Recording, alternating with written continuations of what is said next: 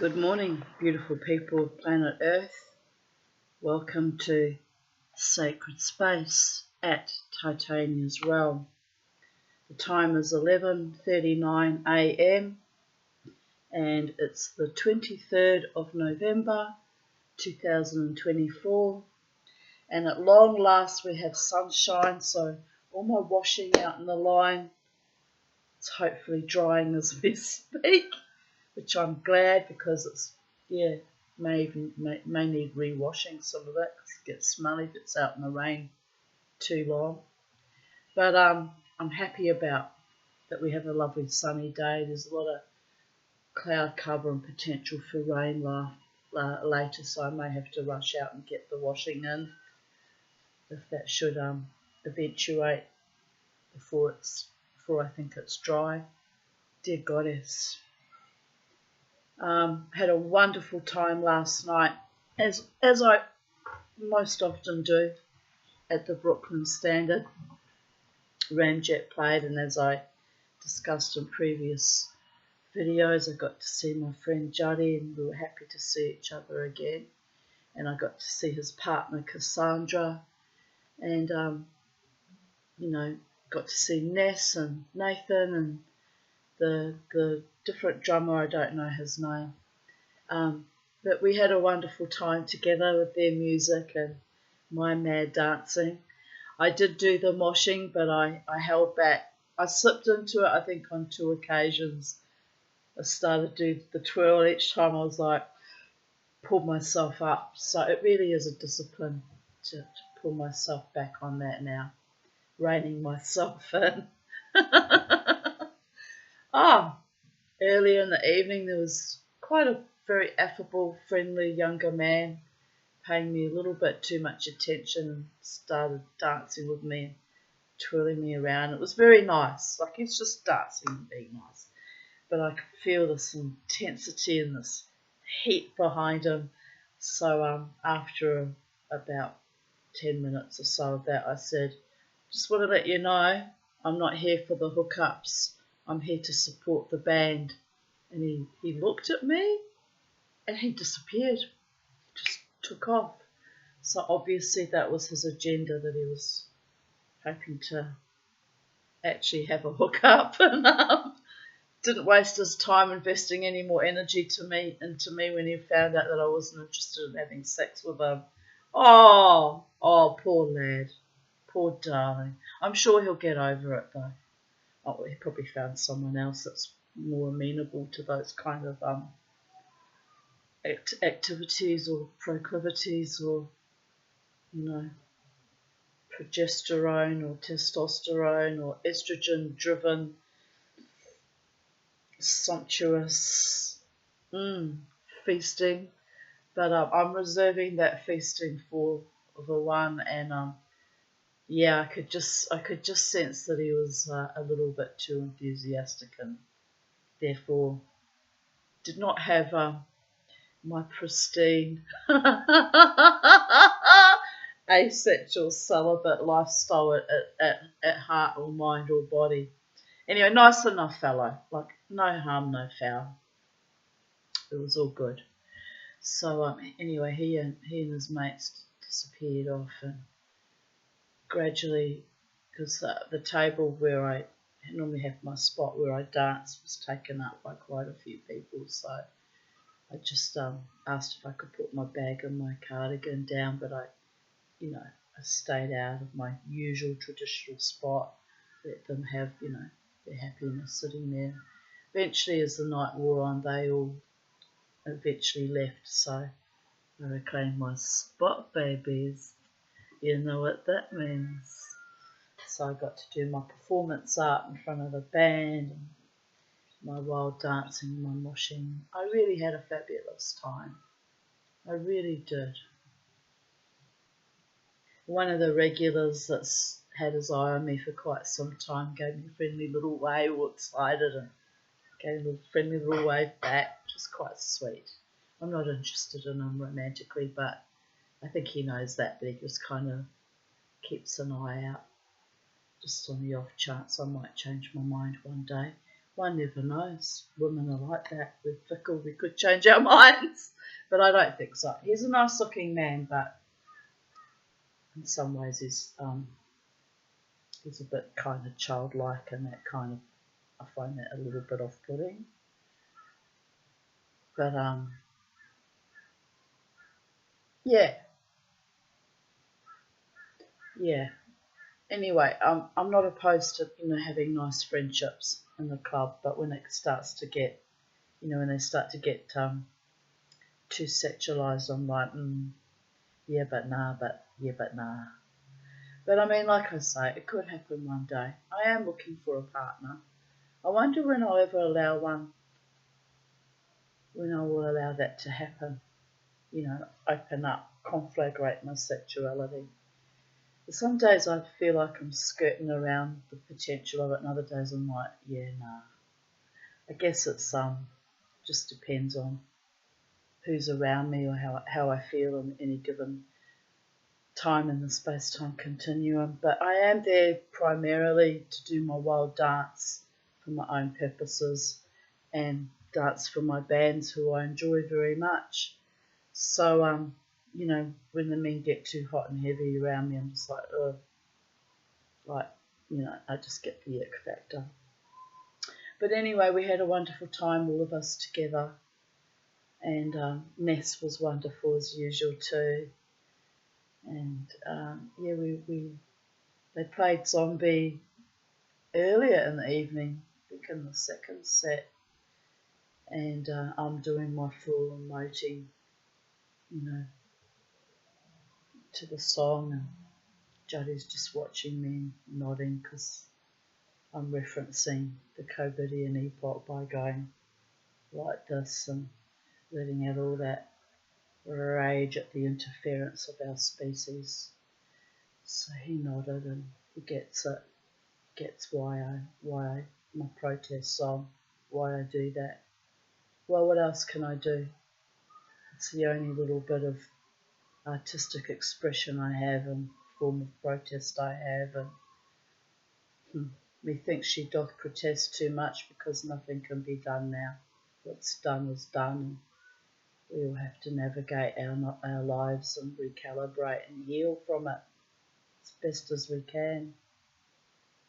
As best as we can, my darlings, every day in every way. But the sun is shining and it's another day. So here we go on, continuing on with chapter 12 of the Kybalion. Causation.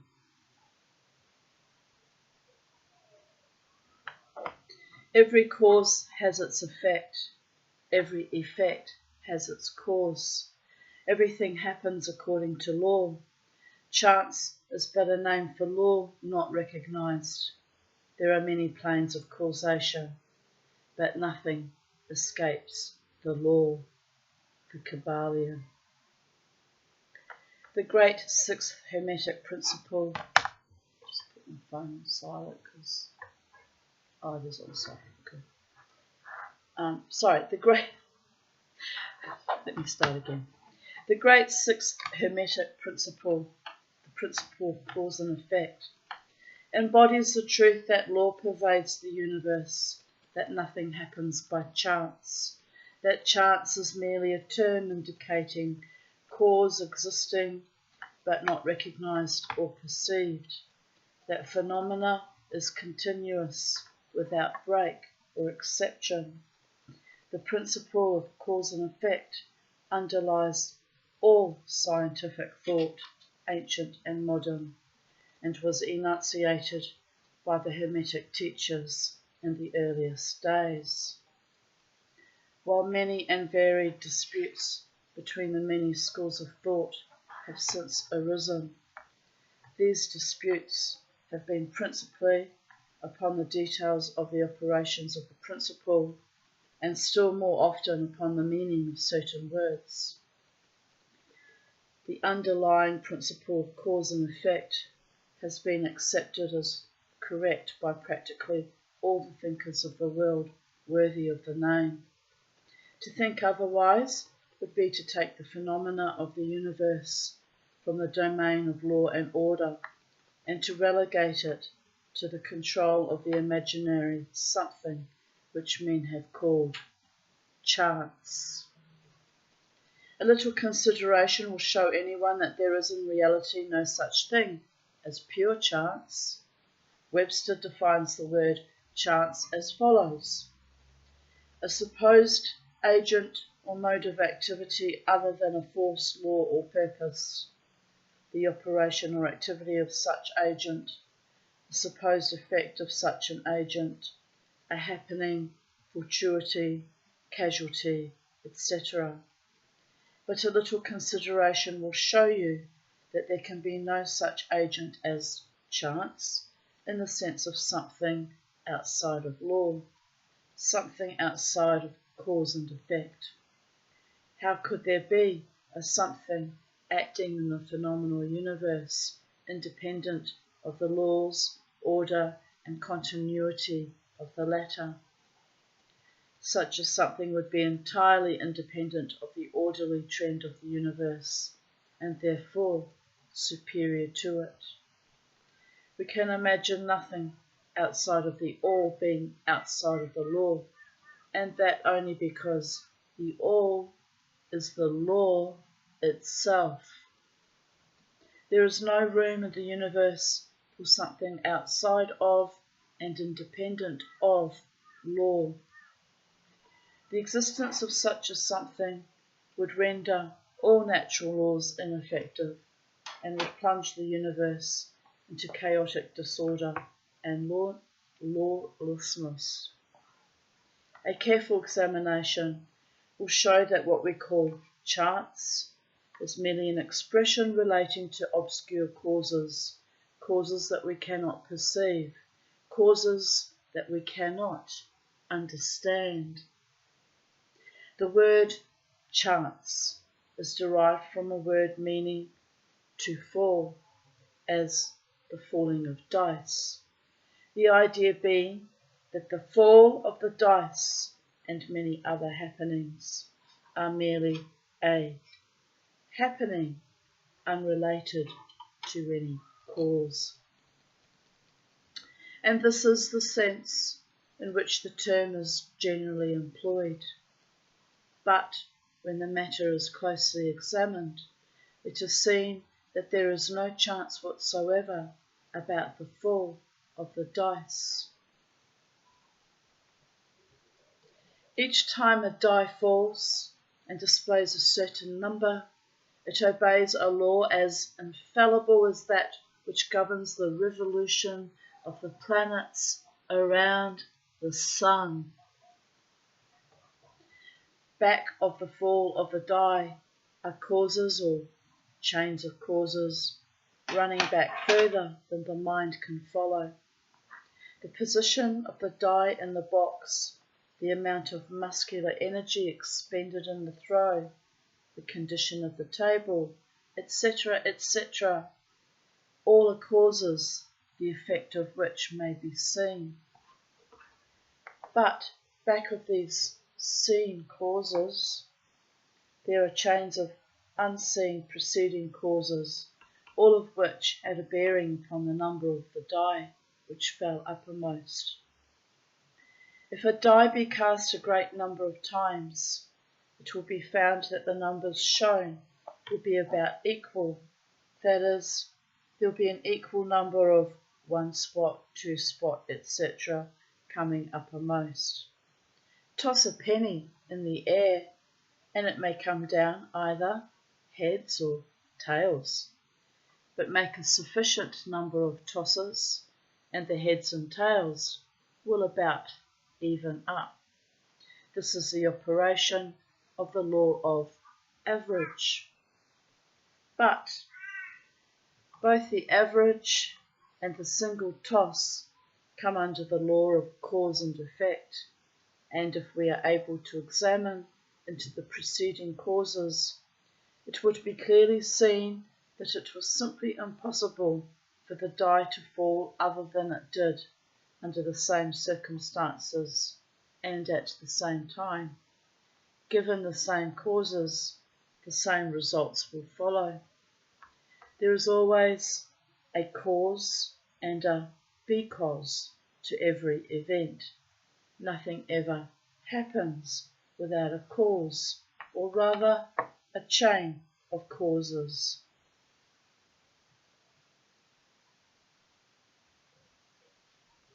Some confusion has arisen in the minds of persons considering this principle from the fact that they were unable to explain how one thing could cause another thing, that is, be the creator of the second thing. As a matter of fact, no thing ever causes or creates another thing. Cause and effect deals merely with events. An event is that which comes, arrives, or happens as a result or consequent of some preceding event. No event creates another event, but is merely a preceding link in the great orderly chain of events flowing from the creative energy of the All. There is a continuity between all events precedent, consequent, and subsequent. There is a relation existing between everything that has gone before and everything that follows. A stone is dislodged from a mountainside and crashes through a roof of a cottage in the valley below. At first sight, we regard this as a chance effect, but when we examine the matter, we find a great chain of causes behind it. In the first place, there was the rain, which softened the earth, supporting the stone, and which allowed it to fall. Then back of that was the influence of the sun, other rains, etc., which gradually disintegrated the piece of rock from a larger piece.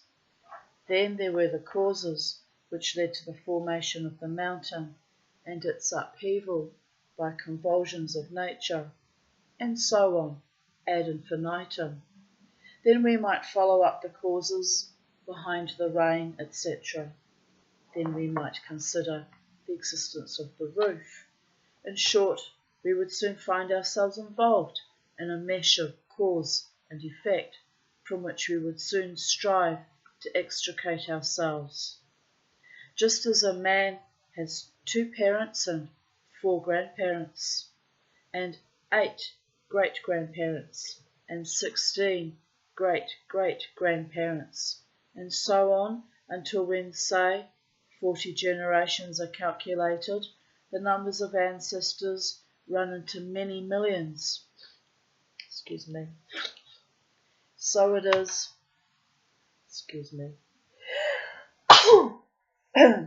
so it is with the number of causes behind even the most trifling event or phenomena, such as the passage of a tiny speck of soot before your eye.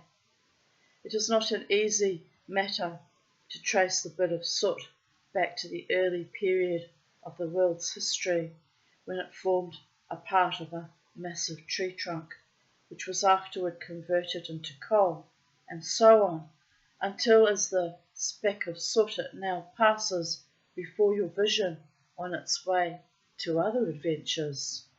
And a mighty chain of events, causes and effects, brought it to its present condition, and the latter is but one of the chain of events which will go to produce other events hundreds of years from now. One of the series of events arising from the tiny bit of soot was the writing of these lines, which caused the typesetter to perform certain work, the proofreader to do likewise, and which will arouse certain thoughts in your mind and that of others, which in turn will affect others, and so on, and so on, and so on, beyond the ability of man to think further, and all from the passage of a tiny bit of soot, all of which shows the relativity and association of things, and the further fact that there is no great, there is no small, in the mind that causeth all. Stop to think a moment. If a certain man had not met a certain maid, away back in the dim period of the Stone Age, you who are now reading these lines would not now be here. Astonishing thought, isn't it? And if perhaps the same couple had failed to meet, we who now write these lines would not now be here.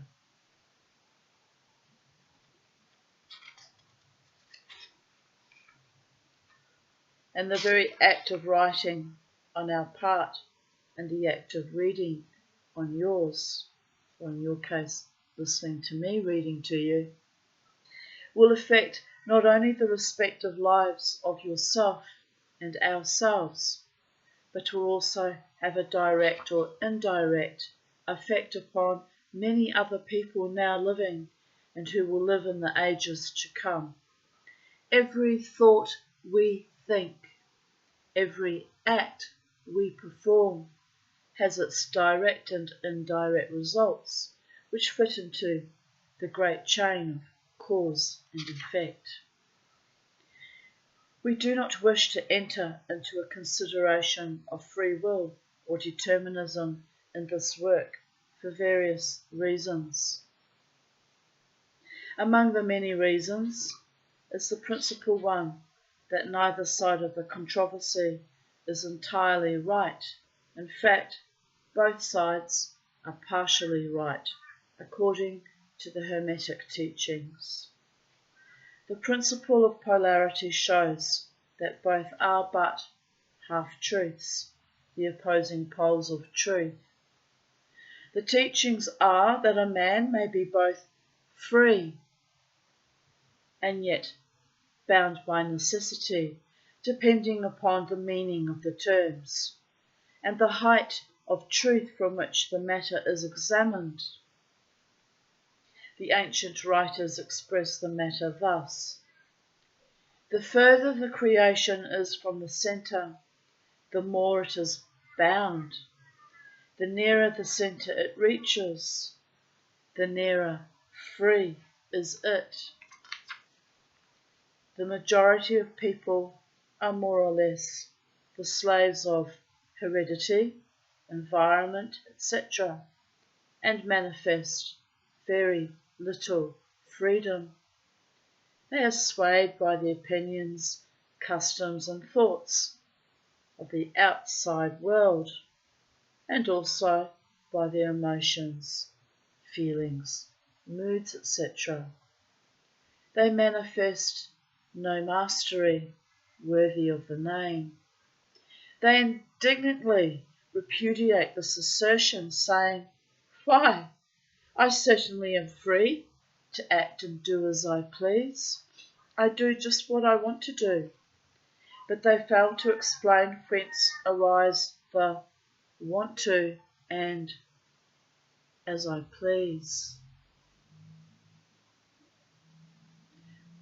One of my favourite sayings: we are not free till all of us are free. And freedom is on a spectrum, relative, as is discussed here. What makes them want to do one thing in preference of another? What makes them please to do this and not do that? Is there no because to their pleasing and wanting? The master can change these pleases and wants into others at the opposite end of the mental pole. He is able to will instead of to will because some feeling, mood, emotion, or environmental suggestion arouses a tendency or desire within him so to do.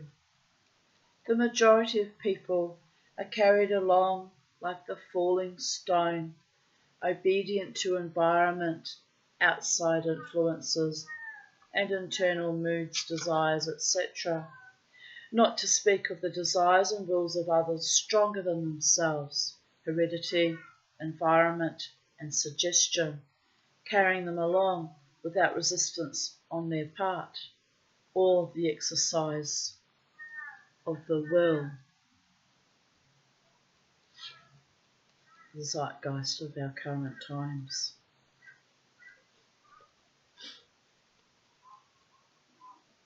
Bow the gods, the Holy One in all manifestations. Moved like the pawns on the checkerboard of life, they play their parts and are laid aside after the game is over.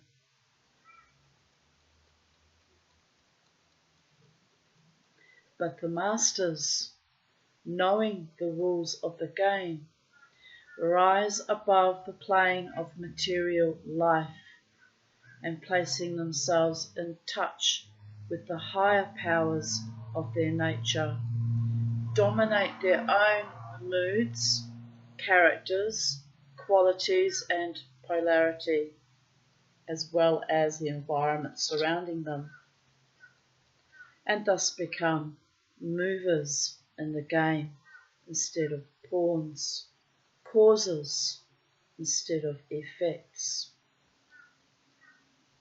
The masters do not escape the causation of the higher planes, but fall in with the higher laws and thus master circumstances on the lower plane. They thus form a conscious part of the law instead of being mere blind instruments. While they serve on the higher planes, they rule on the material plane. But on higher and on lower, the law is always in operation. There is no such things as chance. The blind goddess has been abolished by reason. We are able to see now, with eyes made clear by knowledge, that everything is governed by universal law, that the infinite number of laws are but manifestations of the one great law, the law which is the all. It is true indeed that not a sparrow drops unnoticed by the mind of the all, that even the hairs on our head are numbered, as the scriptures have said. There is nothing outside of law, nothing that happens contrary to it. And yet, do not make the mistake of supposing that man is but a blind automaton. Far from that. The Hermetic teachings are that man may use law to overcome laws, and that the higher will always prevail against the lower, until at last he has reached the stage in which he seeks refuge in the law itself and laughs the phenomenal laws to scorn. Are you able to grasp the inner meaning of this?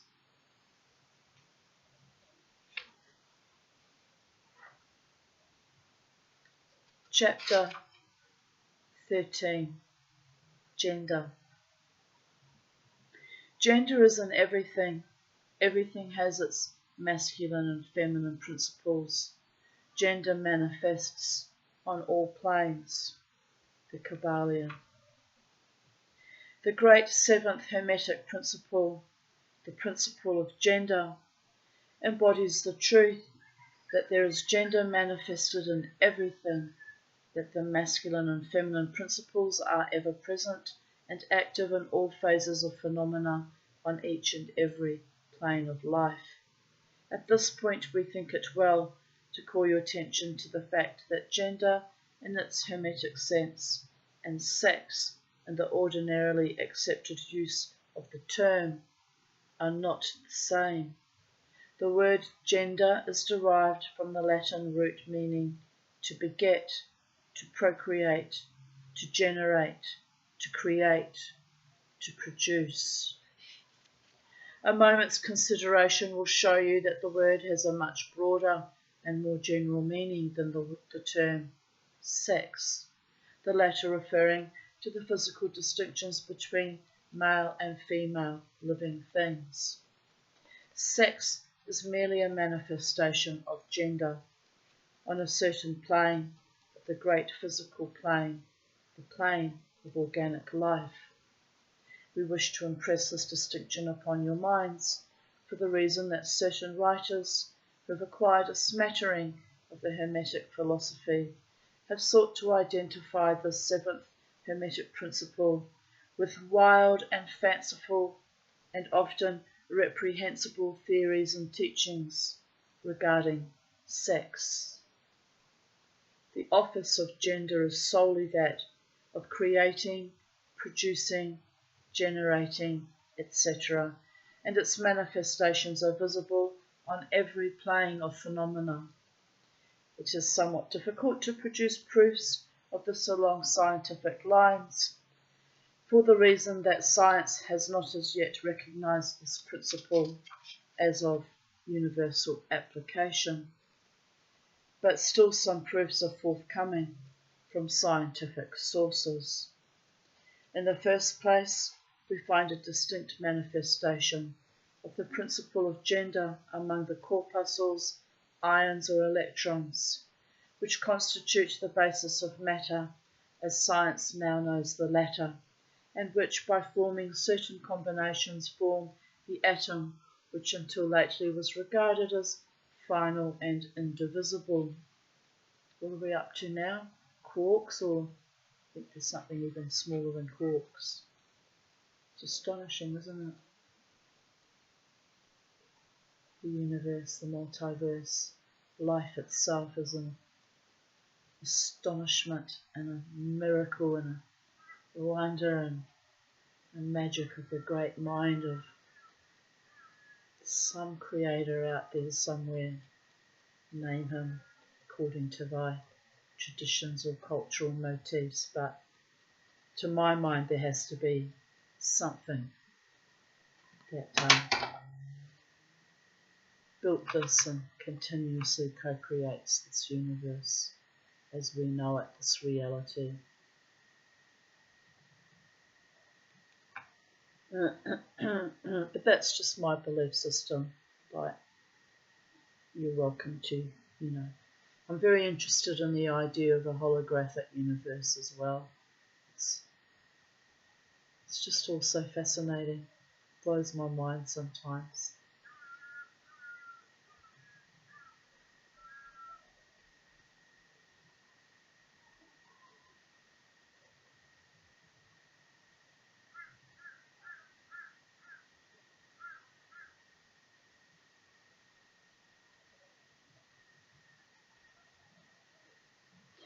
The latest word of science is that the atom is composed of a multitude of corpuscles, electrons or ions, the various names being applied by different authorities, revolving around each other and vibrating at a high degree and intensity.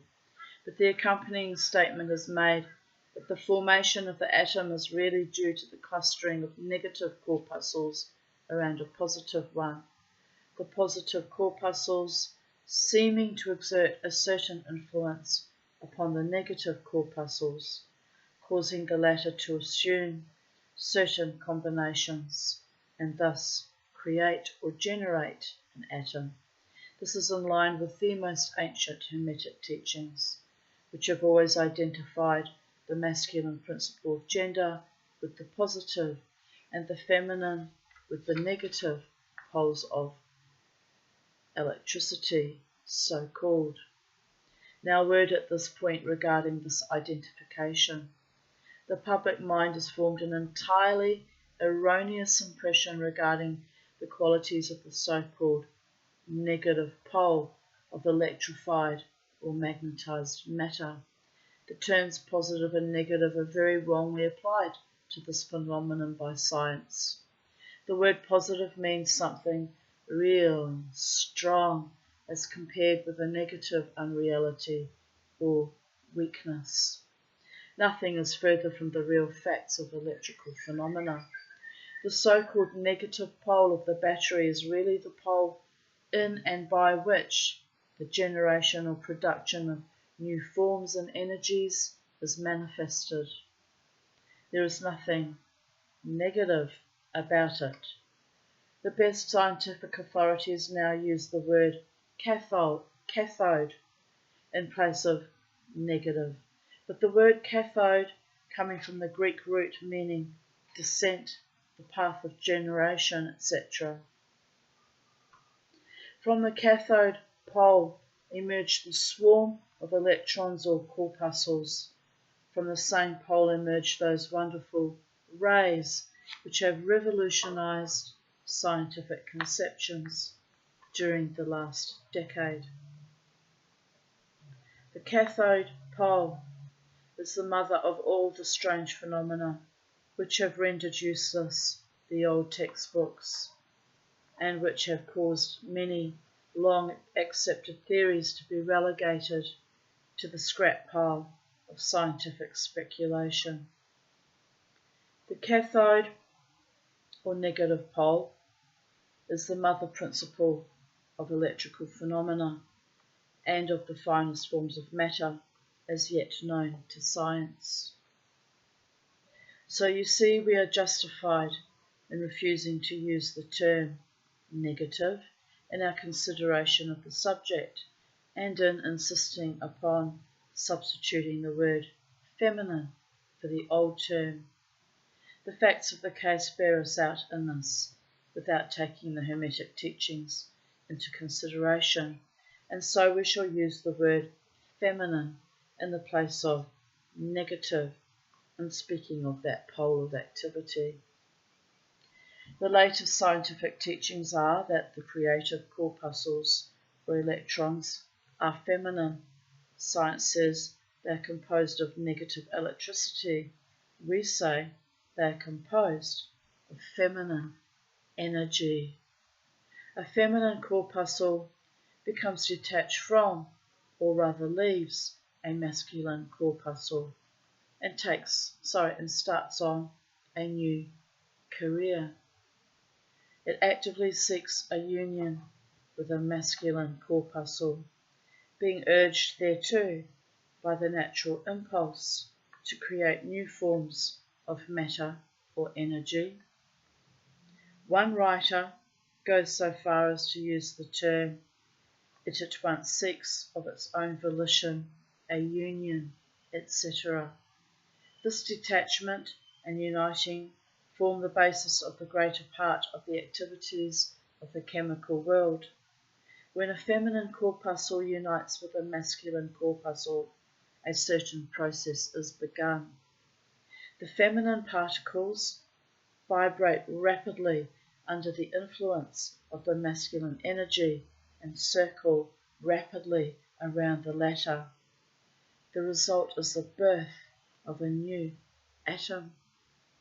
This new atom is really composed of a union of the masculine and feminine electrodes or corpuscles.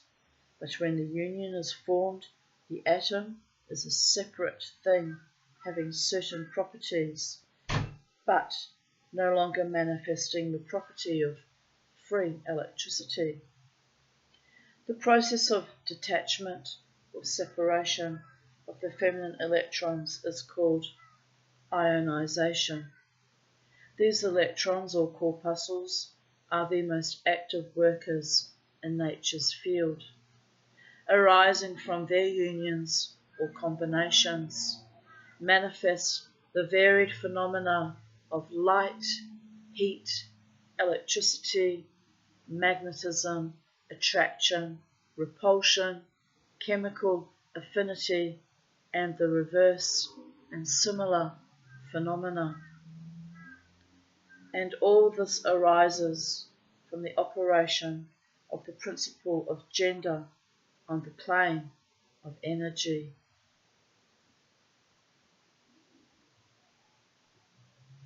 The part of the masculine principle seems to be that of directing a certain inherent energy toward the feminine principle, and thus starting into activity the creative processes.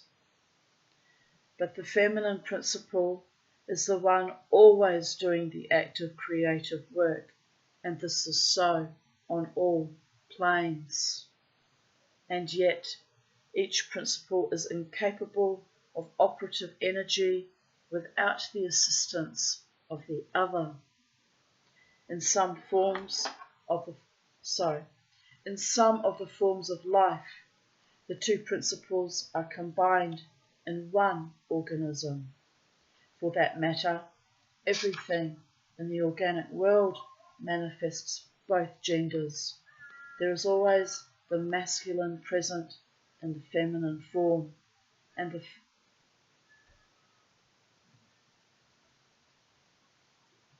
present in the feminine form and the feminine form. I think that's a typo. The Hermetic teachings include much regarding the operation of the two principles of gender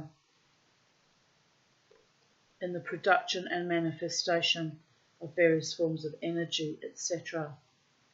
But we do not deem it expedient to go into detail regarding the same at this point, because we are unable to back up the same with scientific proof, for the reason that science has not as yet progressed thus far. But the example we have given you of the phenomena of the electrons or corpuscles will show you that science is on the right path, and will also give you a general idea of the underlying principles. Some leading scientific investigators have announced their belief that in the formation of crystals there was to be found something that corresponded to sex activity, which is another straw showing the direction the scientific winds are blowing, and each year will bring other facts to corroborate the correctness of the Hermetic principle of gender. It will be found that gender is in constant operation and manifestation in the field of inorganic matter and in the field of energy or force. Electricity is now generally regarded as the something into which all other forms of energy seem to melt or dissolve. The electrical theory of the universe is the latest scientific doctrine and is growing rapidly in popularity and general acceptance, and it thus follows that if we are able to discover in the phenomena of electricity, even at the very root and source of its manifestations, a clear and unmistakable evidence of the presence of gender and its activities, we are justified in asking you to believe that science at last has offered proofs of the existence in all universal phenomena of that great Hermetic principle, the principle of gender. It is not necessary to take up your time with the well-known phenomena of the attraction and repulsion of the atoms, chemical affinity, the loves and hates of the atomic particles, the attraction or cohesion between the molecules of matter. These facts are too well known to need extended comment from us. But have you ever considered that all of these things are manifestations of the gender principle? Can you not see that the phenomena is on all fours with that of the corpuscles or electrons?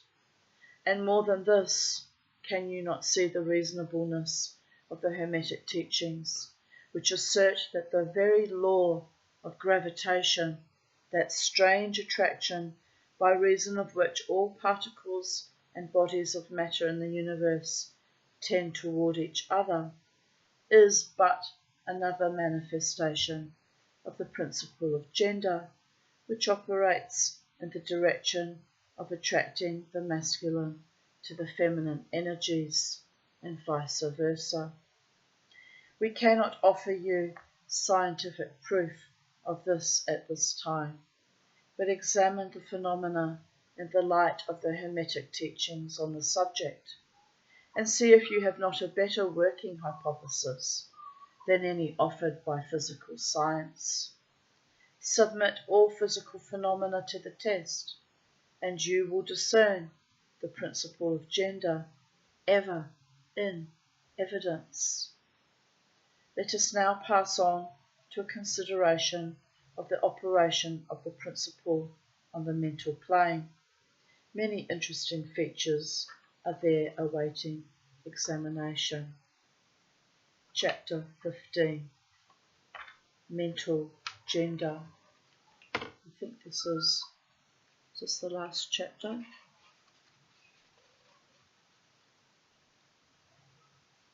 No. Anyway, it's not chapter 15, it's chapter 14. Father Gods, I'm tired. Second last chapter to go. Babies.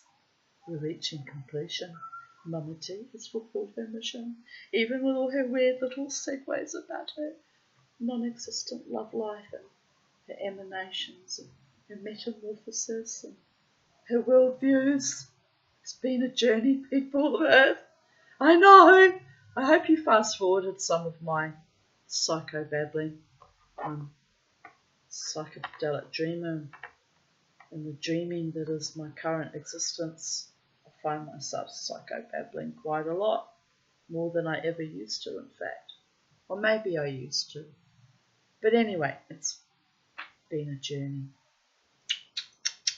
Thank you for those of you who've shared this journey with me wholeheartedly and sweetly and with kindness and compassion and mercy towards this little old lady with a flower in her hair. I'm almost tempted to go dancing again tonight, but I know I'll probably peg out by about 3 or 4 in the afternoon because I'm really quite tired from the wonderful dance last night. But if the muse demands I dance again, then I will dance again. It can happen. It could happen. I'm never really sure if I'm really welcome, this is the thing. I have this concurrent undercurrent of anxiety that goes with the urge to do the wild dance and follow my bands. They did invite me to other gigs, but I wonder if maybe sometimes I worry that I look like a crazy old lady, stalker lady, it's nuts. It's a mindset that I have to fight against too. It's odd. Anyway, I'm riding through it. I've been picking up intense vibes for 2 days. Intense, powerful thought forms and vibes, and I'm riding through that because I don't want to be a pest and I don't want to imagine a psychedelic dream thing, so I'm just holding it like a chariot driver, holding 2 opposing polarity mares, both wanting to go off in different directions, the dark and the light, and maintaining integrity and harmonic resonance and balance. It's a beautiful thing, but I'm just sailing through it. I'm not sure what that's about even. It's odd. It's odd. But anyway, my beautiful Juddy and his partner and the rest of Ramjet were happy to see me last night, and I felt soul nourished and valued, and it's wonderful. And I am grateful to you all, my babies, my darlings, my sweethearts. Mama T.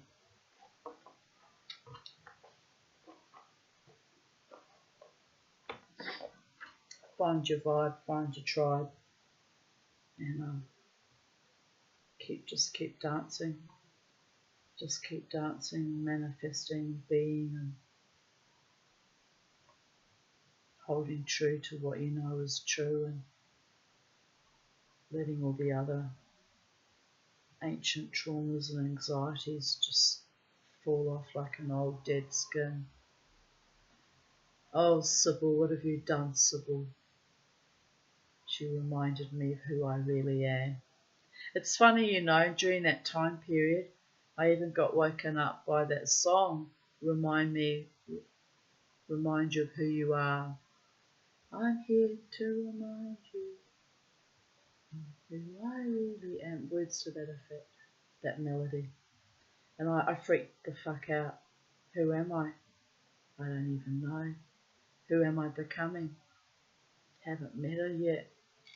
I mean, the foundation is there, the building blocks are there, my heart, mind, soul and emotions are there, but who am I really going to manifest in the future?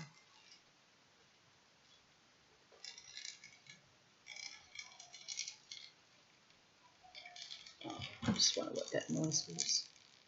Anyway, we'll carry on. Chapter 14. Mental gender.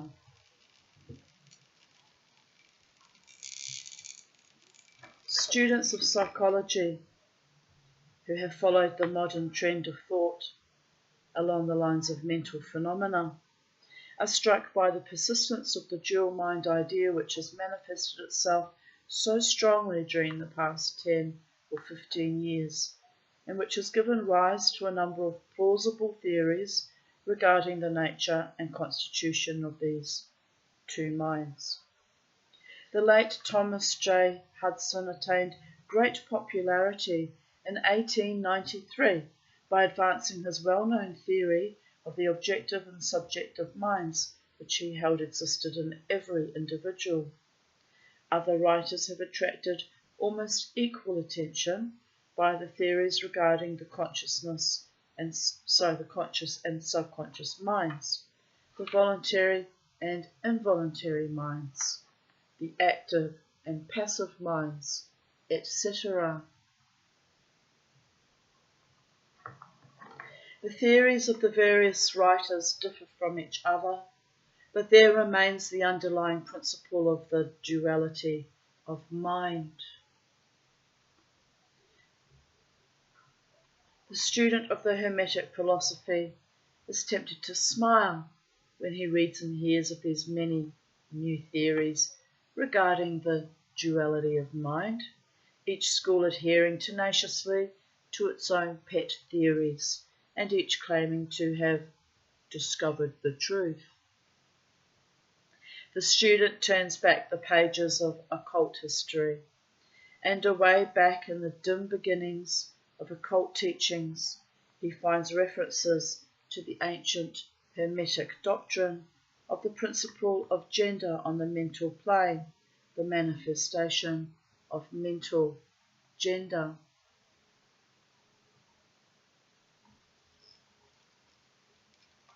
This idea of mental gender may be explained in a few words to students who are familiar with the modern theories just alluded to. The masculine principle of mind corresponds to the so-called objective mind, conscious mind, voluntary mind, active mind, etc. And the feminine principle of mind corresponds to the so-called subjective mind, subconscious mind, involuntary mind, passive mind, etc. Of course, the Hermetic teachings do not agree with the many modern theories regarding the nature of the two phases of mind, nor does it admit many of the facts claimed for the two respective aspects, some of the said theories and claims being very far-fetched and incapable of standing the test of experiment and demonstration. We point to the phases of agreement merely for the purpose of helping the student to assimilate his previously acquired knowledge with the teachings of the Hermetic philosophy.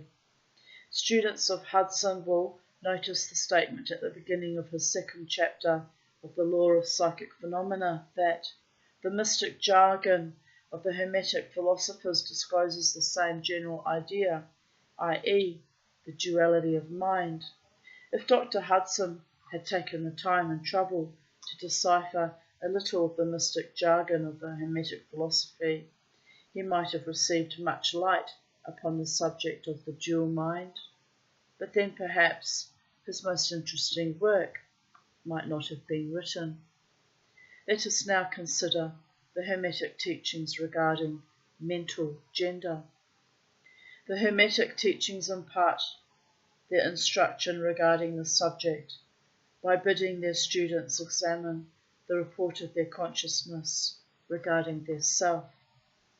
The students are bidden to turn their attention inward upon the self dwelling within each. Each student is led to see that his consciousness gives him first a report of the existence of his self. The report is, I am. This at first seems to be the final words from the consciousness, but a little further examination discloses the fact that this I am may be separated or split into two distinct parts or aspects, which, while working in unison or in conjunction, yet nevertheless may be separated in consciousness. While at first there seems to be only an I existing, a more careful and closer examination reveals the fact that there exists an I and a me. These mental twins differ in their characteristics and nature, and an examination of their nature and the phenomena arising from the same will throw much light upon many of the problems of mental influence. Let us begin with a consideration of the me, which is usually mistaken for the I by the student, until he presses the inquiry a little further back into the recesses of consciousness. A man thinks of his self in its aspect of me as being composed of certain feelings, tastes, likes, dislikes, habits, peculiar ties, characteristics, etc., all of which go to make up his personality, or the self, known to himself and others. He knows that these emotions and feelings change, are born and die away, are subject to the principle of rhythm and the principle of polarity, which take him from one extreme of feeling to another. He also thinks of the me as being certain knowledge gathered together in his mind and thus forming a part of himself. This is the me of a man, which we have proceeded too hastily. The me of many men may be said to consist largely of their consciousness of the body and their physical appetites, etc. Their consciousness being largely bound up with their bodily nature, they practically live there. Some men even go so far as to regard their personal apparel as a part of their me, and actually seem to consider it a part of themselves. A writer has humorously said that men consist of three parts: soul, body, and clothes. Ergo my joking recently about $4,000 boots that even if I could afford them, I wouldn't be able to walk or dance in for very long. I don't actually identify with my clothes. I mean, I like beautiful clothes and shoes and boots, and who doesn't? You know, we all want to adorn ourselves, but it's not my identity. I'm not actually materialistic at all. That's probably why I still struggle with, you know, my pecuniary existence, but it is what it is, people of Earth. It's kind of my superpower that I can actually laugh at it too and go, it's all illusion, babies. As long as you have enough food to eat and enough water or something good to drink and a roof over your head and love and reasonably good health or excellent health if you can manage it, that's your wealth.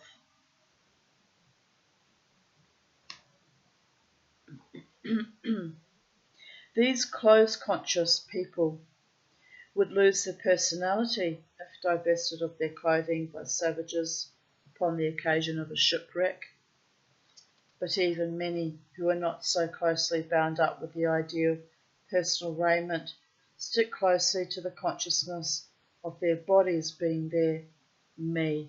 And yes, I do still identify too much with my body and its quirks and its frailties, and sometimes as an exercise, just a philosophical exercise, I have to remind myself when I'm in deep pain, I'm not this body, I'm a soul, and I will supersede even this body and all its frailties. Eventually it will be shucked off for the last time as an outer vessel or skin, and I will regain my full vibrant glory of being a being of light, hopefully, if I haven't tainted my soul too much. But we must always be cognizant that we are not actually our looks or our identity or our body at all. It's an astonishing thought at times. It's a good thought experiment to sit there. Who am I really? And what is this play performed all around me and all the people around me that I encounter, you encounter on your walk daily? Who are we all really? Souls and stories and creativity and manifestations of the primal will to live, of life itself, heart, mind, body, spirit, but the great mind of soul.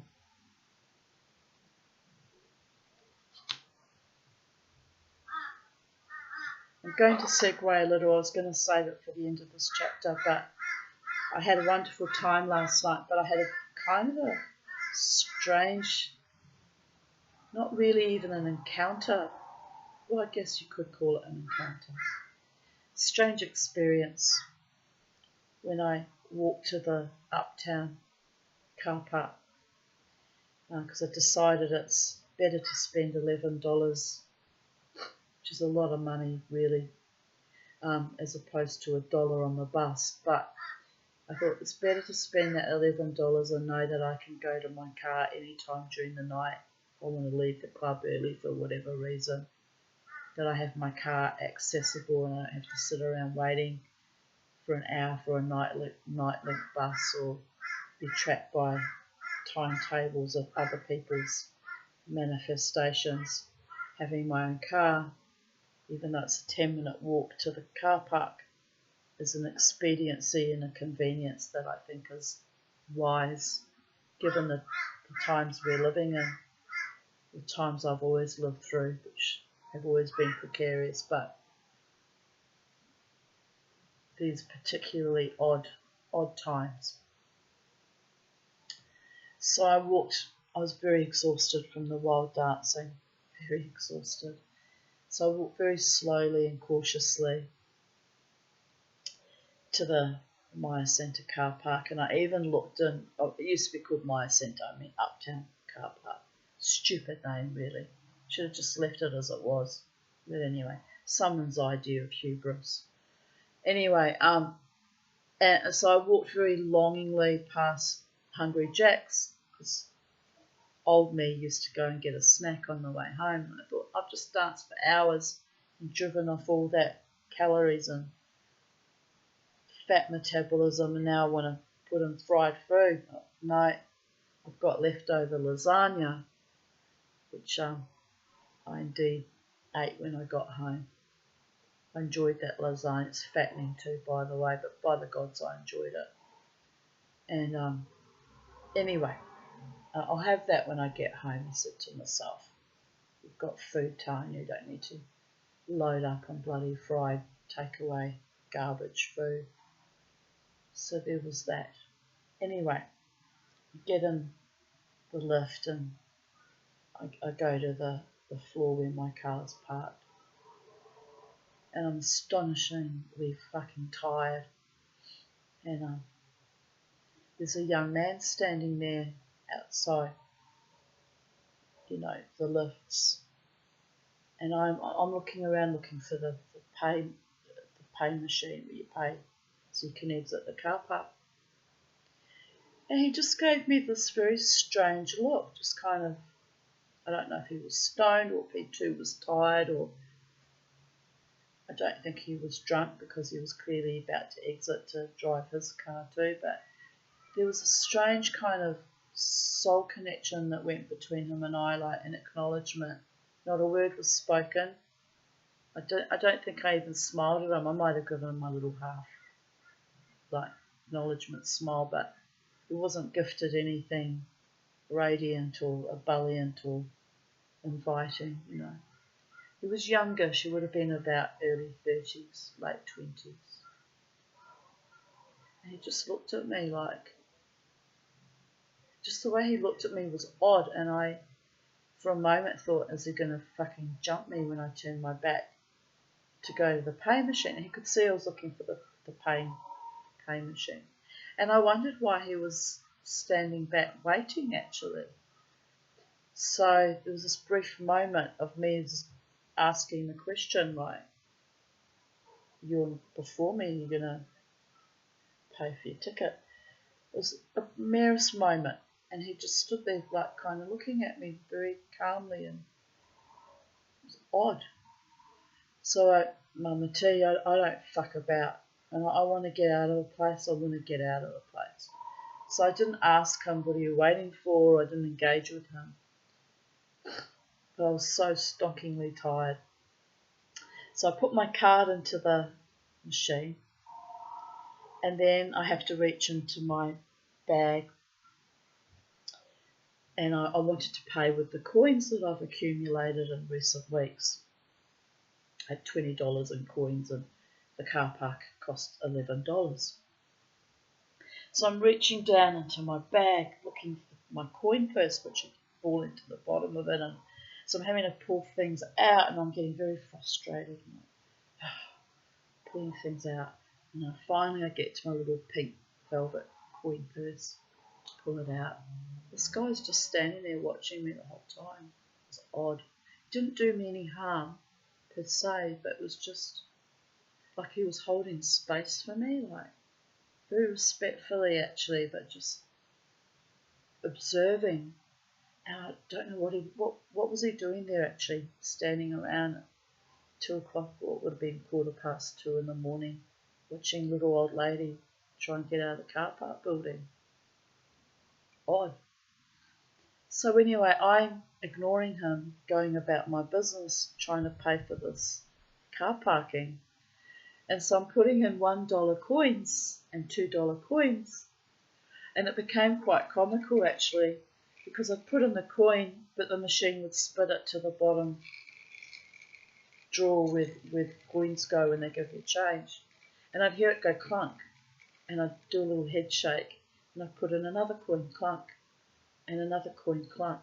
And this poor guy's waiting for me to pay for my park so he could pay for his. But he should have thought about that and just been more proactive, and because he was there before me. Like, I still don't know what that was about. Anyway, so I'm frustratingly pulling the coins out of the drawer, putting them back in the machine, watching them go back into the drawer. This went on for about 5 minutes, me struggling to put each coin in. And I'm looking at the machine, it's $5, it's registered, and then it was $7. And gradually it registered to the $11, so it spits out my card again. And I turn and I just look at this young man. He's just staring at me like this, like he's looking at a goddess or an angel. He didn't even look at me like I'm a human woman. It was odd. I'm assuming maybe he was stoned. It was just this weird energy between him and I, you know. So then I just kind of looked at him and nodded and walked off to find my car, which was way up the other side, which was also a bit annoying trying to figure out. I get very disorientated in the uptown car park. If you come out a different lift, you're at the wrong side and you've got to try and navigate back and find your way. And I worried actually that he might follow me because he was just a bit odd. Like, not threatening, but odd. But he didn't thank the goddess. He didn't follow me. But it was just this kind of observing me struggle, and he would have heard me, 11111, make a wish. He would have heard me muttering to myself about the coins and really trying to hold it together because I was just so tired that I just want to go home. I want to get out of there. Oh, and then the next odd thing that happened, I get in my car, put my bag down, start my car, and I struggled to get out of the park because it was a very tight park with all these poles behind me, and when I'm very, very tired, I sometimes have accidents and I bingle my car ever so slightly, and don't want that to happen. So I'm being very cautious getting out of that very tight car park. I won't park there again. It was so difficult to get out of. Man, it ground my gears. Because I'm champing at the bit to go home. I've done my wild dance and my presentation, my manifestation of the Tanya, the Mama T, the psychedelic dreamer, and the spider. All of those aspects of my personality that come out through the dance. But now I want to fucking go home and revert to crondom, am I right? So I get out of the car park, and I start proceeding to drive to the exit. And I get behind this very large four-wheel drive, massive big fucking machine it was. And the people driving it were driving, I realise you're supposed to drive slow in the car park. I think it's 8 kilometres per hour or something. But they were just driving so fucking slow, like probably 4 kilometres per hour. Just slow. And they clearly didn't know where they were going. So I'm saying to myself, be patient, Tanya. They're from out of town. They don't know this car park building. They're probably anxious. They don't know what they're doing. You know, don't blow steam out of your ears, right? But they were just continuously so fucking slow. So when we finally reached the exit part where there's 3 or 4 different lanes, another car sped up behind me that was going remarkably fast. So there was this dichotomy between idiots going really, really slow and the idiots going really, really fast, and me being hyper-focused on getting out of there. So I grabbed the middle lane. I took the middle path, babies, and put my card in, and the fast idiots were trying to beat me to exit off their head on some substance, obviously. So they tried to beat me as we're coming out, and I'm just like thinking to myself, and it was just completely this mad moment. I thought, am I going to get out of this car park even alive? It's just so unsafe feeling, like just so fucking surreal, the whole thing. But anyway, I did get out. Obviously did get out of it alive, but I've got this picture of this young man in my psyche of how he's just looking at me like I'm fumbling to put all my coins in. Oh, it's hilarious. This is emblematic of my level of poverty, how I insist on paying cash for everything as a protest against our government draconian, digital currency ideology that I think is just profoundly fucking evil and erroneous and twisted, and but also that I that I still have these collections of coins in my bag that build up, because when I get change, when I pay for my drinks, it's often a few dollars here or a few dollars there. So it's just hilarious. It was just so hilarious. I was like, why do you do that, Tanya? You could have just fucking paid for the parking on your EFTPOS card and paid the extra 22 cents fee for using your EFTPOS card, which I resent.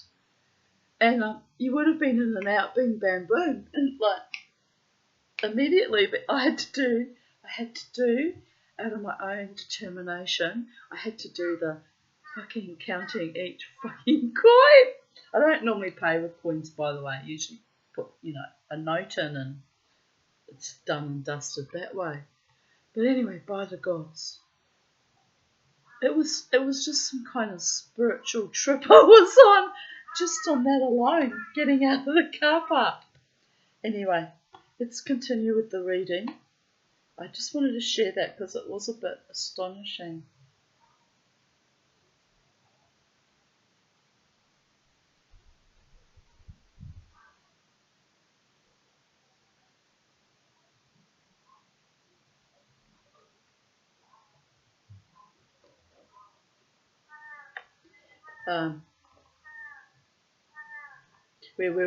When I interrupted my own stupid self. Here we are. They cannot conceive of a self independent of the body. Their mind seems to them to be practically a something belonging to their body, which in many cases it is indeed. Thinking about that young man, for all I know, could have been a ghost or a spirit. He looked fully manifested.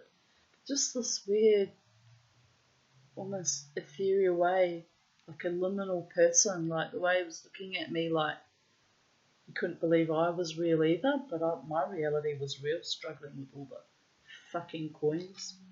But anyway, it was odd.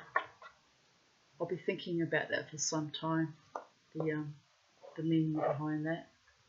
Just a random encounter, probably doesn't mean anything, but it was, the intensity behind it was astonishing. But as a man rises in the scale of consciousness, he is able to disentangle his me from his idea of body, and is able to think of his body as belonging to the mental part of him. But even then he is very apt to identify the me entirely with the mental states, feelings, etc., which he feels to exist within him. He is very apt to consider these internal states as identical with himself, instead of there being simply things produced by some part of his mentality and existing within him, of him and in him, but still not himself.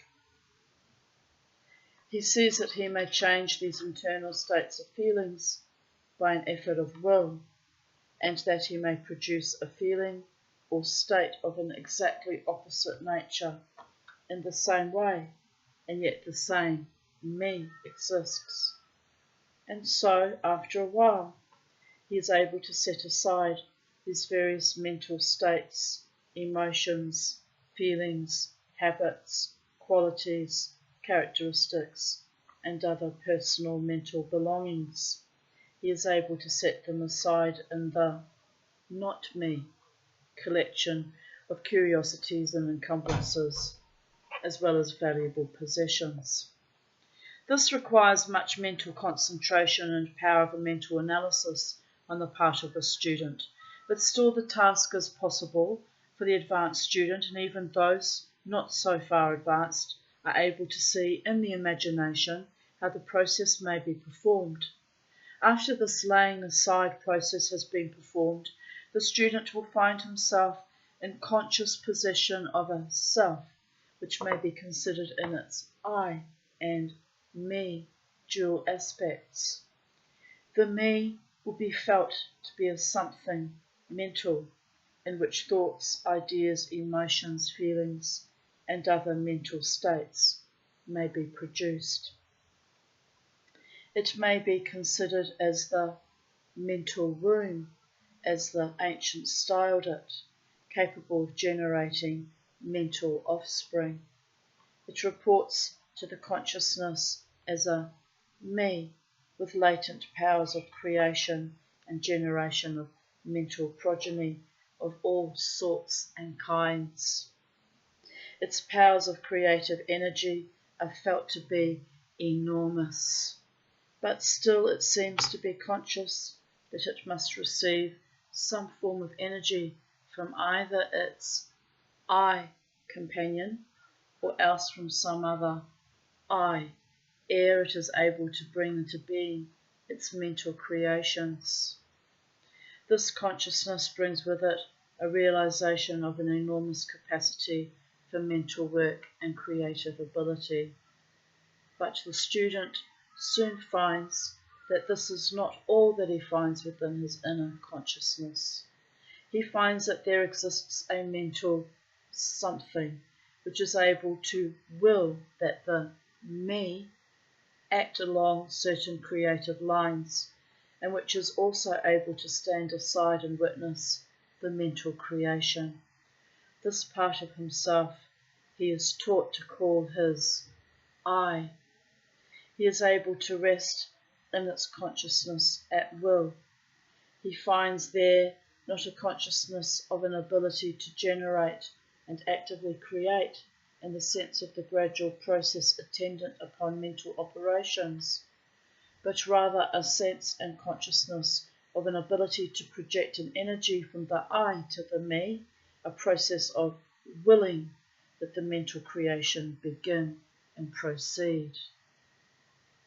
He also finds that the I is able to stand aside and witness the operations of the me's mental creation and generation. There is this dual aspect in the mind of every person. The I represents the masculine principle of mental gender. The me represents the female principle. The iris represents the aspect of being. The me, the aspect of becoming. You will notice that the principle of correspondence operates on this plane just as it does upon the great plane upon which the creation of universes is performed. The two are similar in kind, although vastly different in degree. As above, so below. As below, so above. I'm feeling fucking called. I can feel the energy intensely. Is it because I'm tired? Am I imagining things? But I'm feeling this intense demand upon me to be present. Well, I don't know. I'll have to think about it. Because I am a me and an I, and I have my own will and my own life path. But I can feel this person calling upon me. It's almost reaching the point where it's screaming the energy in my head, even as I'm reading to you. I hope they're okay. I really hope they're okay. It's intense. I have this telepathy with certain friends and even my doctor as well. It's odd. Not bad odd, but odd in that it can take a lot of my psychic space and energy, and I sometimes have to put walls up and say, I'm available to you as long as you're available to me, and it's a symbiosis and a two-way thing, not me running after people, making a goddamn fool of myself, am I right? I have to use discernment and figure out what is real and what is,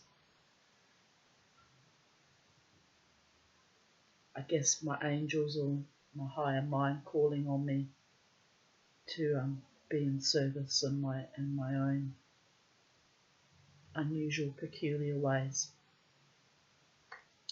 The aspects of mind, the masculine, feminine principles, the I and the me, considered in connection with the well-known mental and psychic phenomena, give the master key to these dimly known regions of mental operation and manifestation.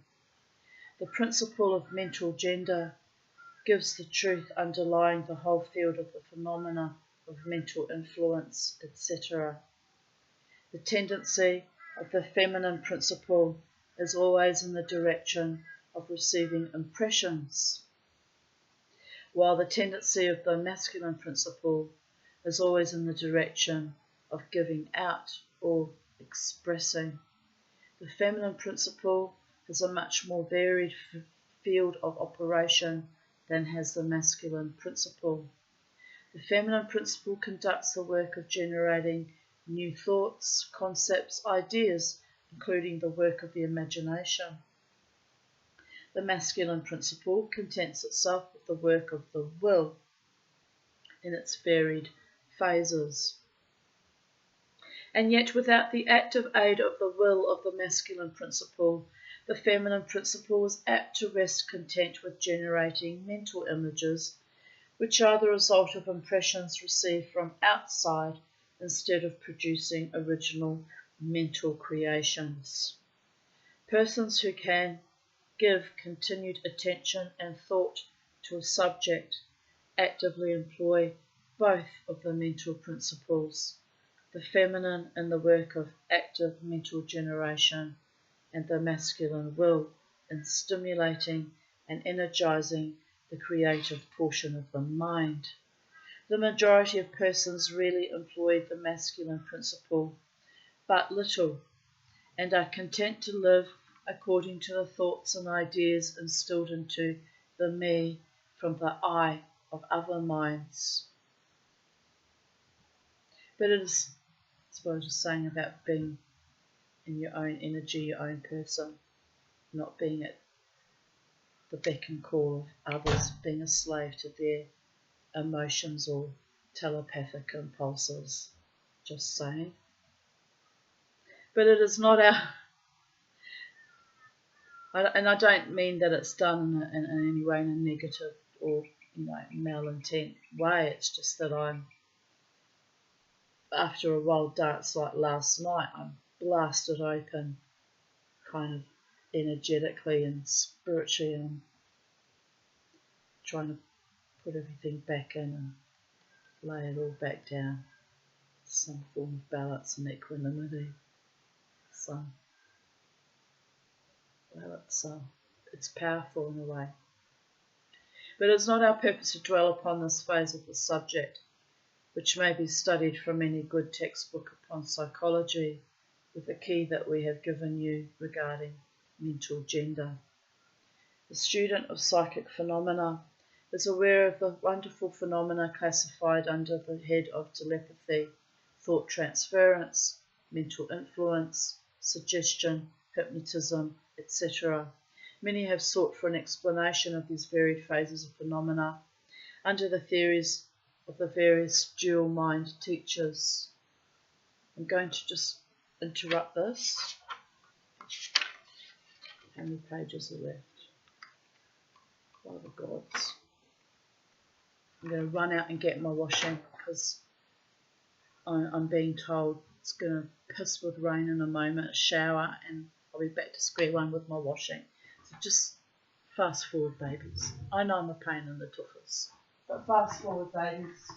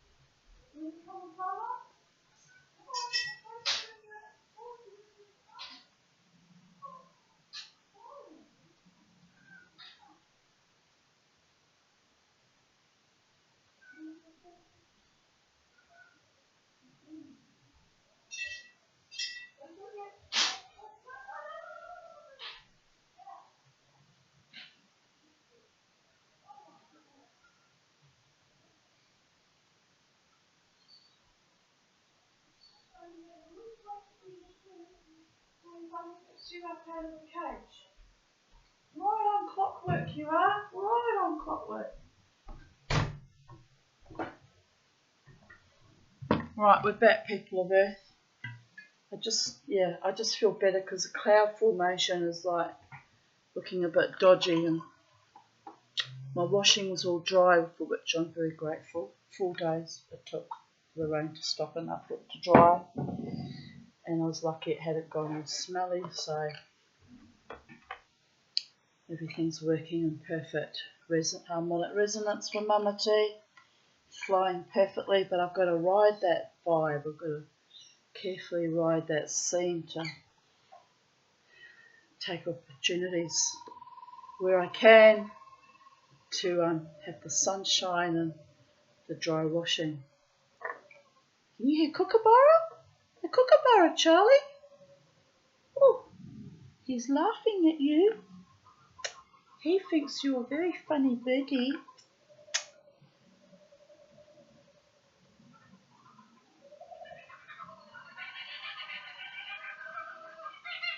Can't even see them. Oh, there they are, up higher. Huh. Having a good old afternoon giggle they are. Afternoon delights, Charlie. Very sweet. Right, we'll carry on.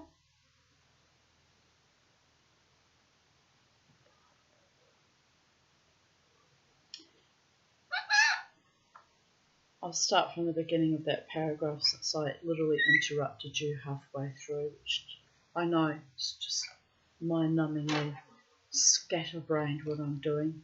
Please forgive me. I don't know what's happened to me. It must be part of aging or the CPAP treatment or something. I'm all over the place. It's full on. It almost feels like ADHD, but probably isn't. But anyway, I'm just here, there, and everywhere all at once, manifesting and metamorphosing, and astonishingly tired, but there is that. But I had a wonderful time last night. Je ne regrette rien.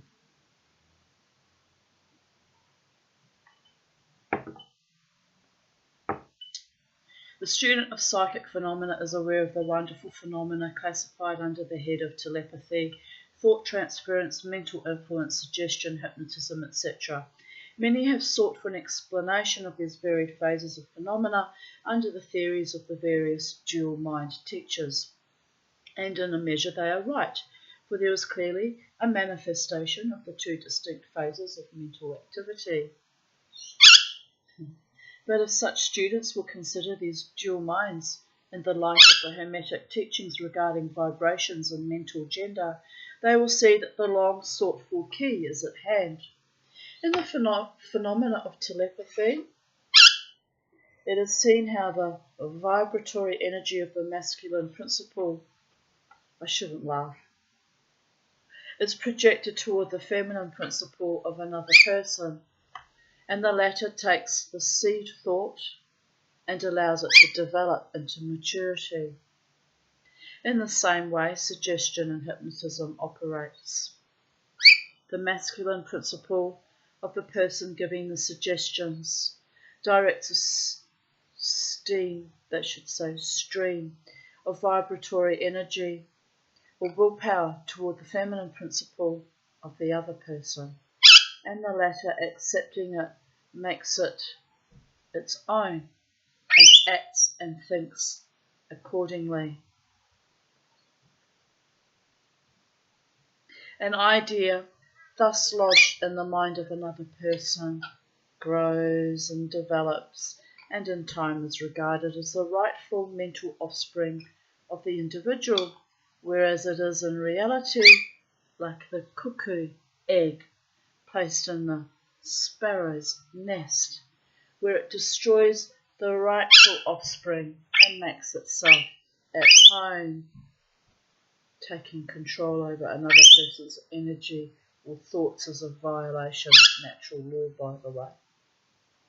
That's why I said sometimes I shut it down and carefully calibrate it or choose to ignore it according to my mood state at the time. Other times I'll take it quite seriously and act accordingly. You're singing! Are you singing toward the birdies?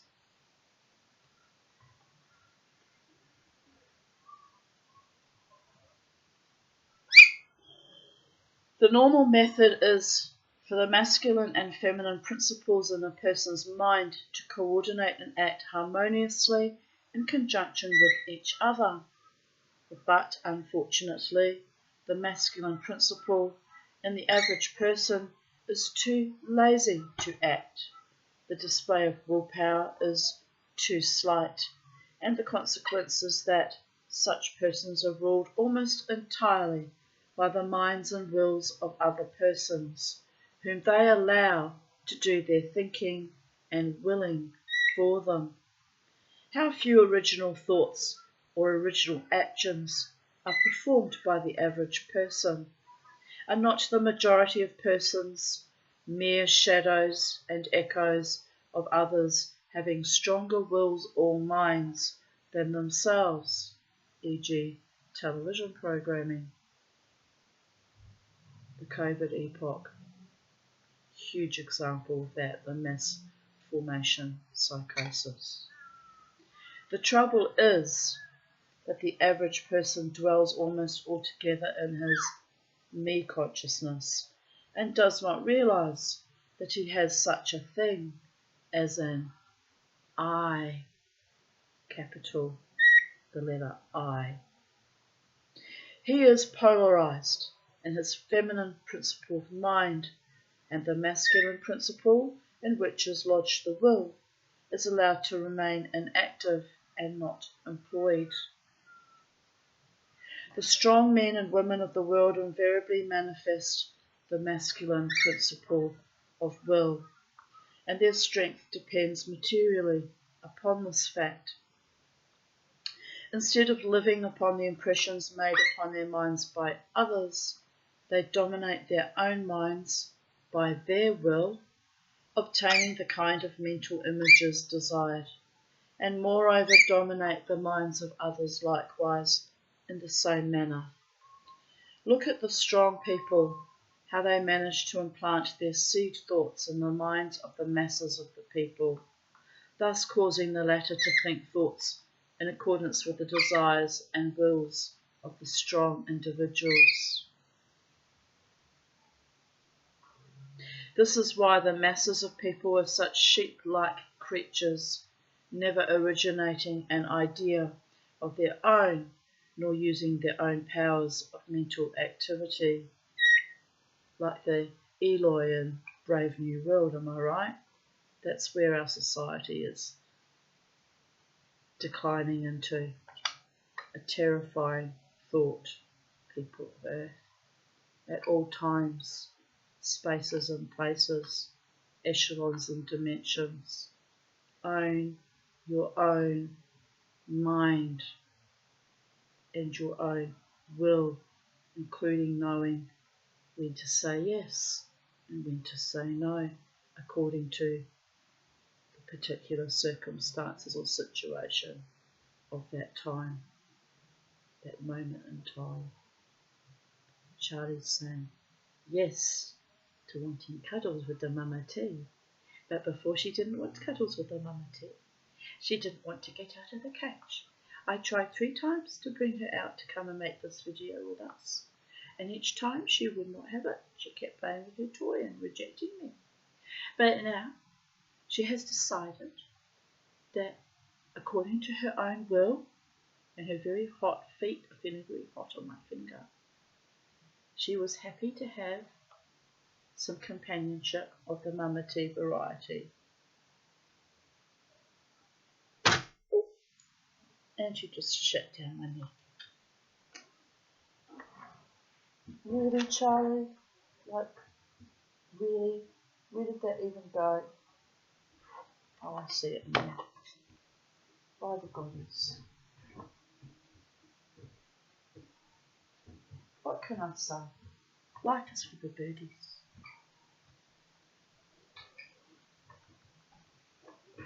Life is for the birdies. the bipedal ones that actually fly.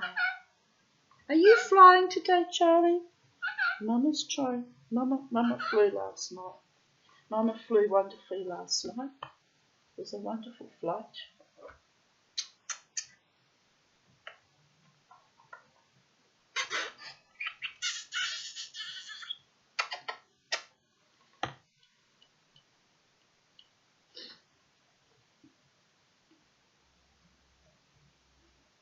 The manifestation.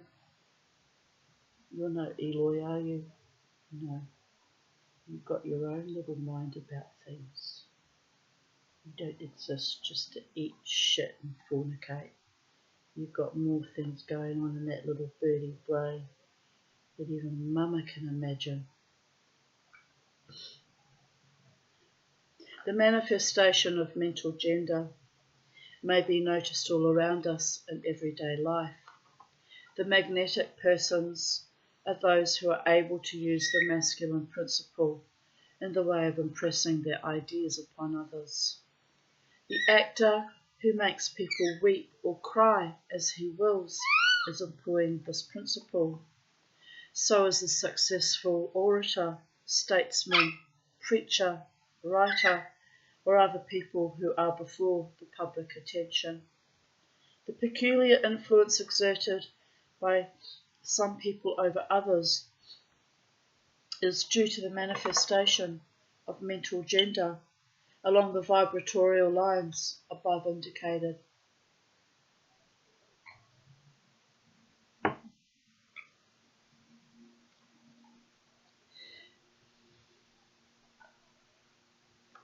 In this principle lies the secret of personal magnetism, personal influence, fascination, etc., as well as the phenomena generally grouped under the name of hypnotism.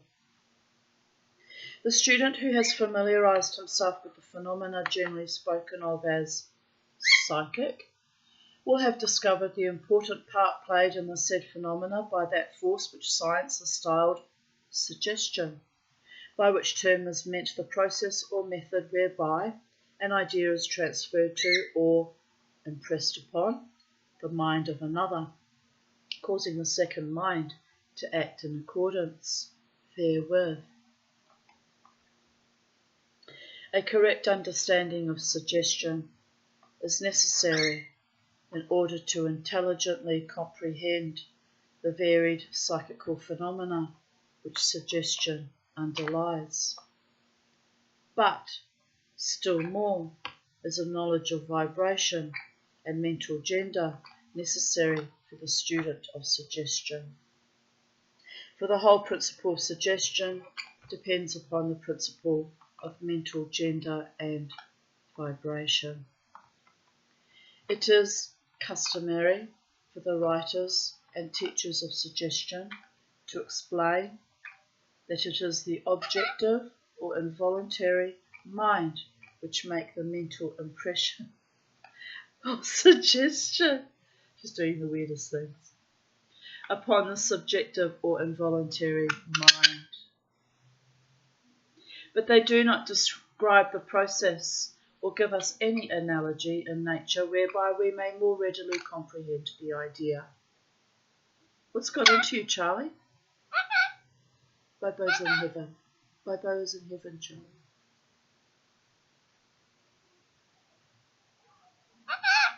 What's up? What's up? What's up? Bobo's in heaven.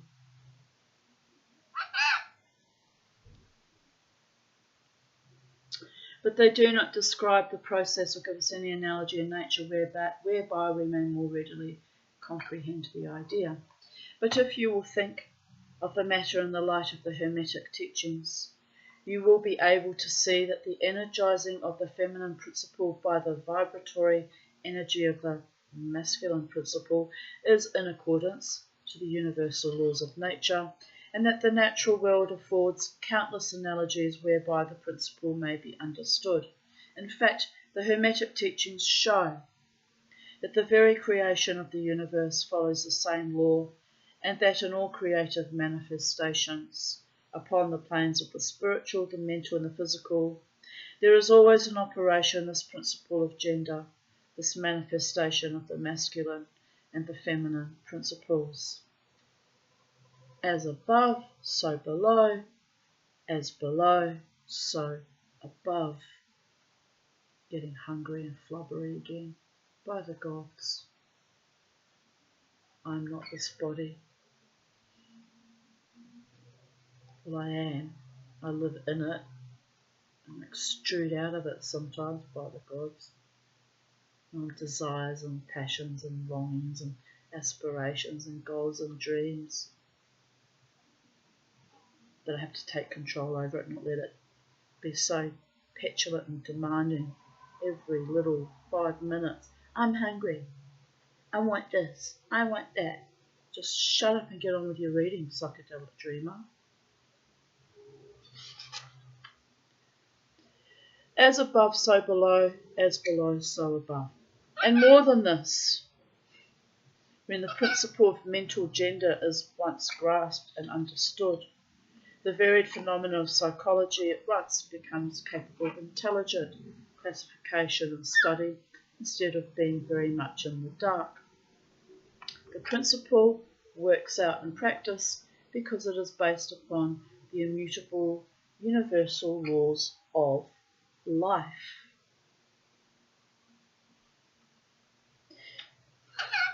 Hello. Hello, little one. Are you an immutable universal law of life? Barely, she says. Barely, Mama T. Are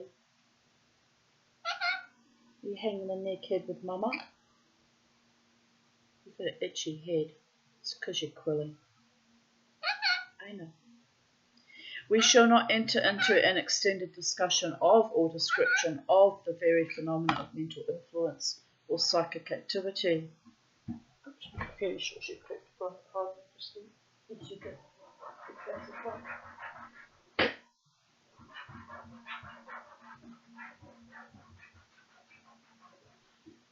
Oh, Charlie, my goodness. It's a lot. You've been out for like 10 minutes and all you've done is shit the entire time.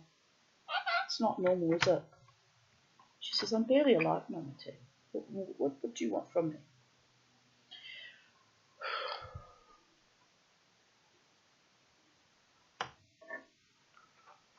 Where was I? We shall not enter into an extended discussion of or description of the varied phenomena of mental influence or psychic activity.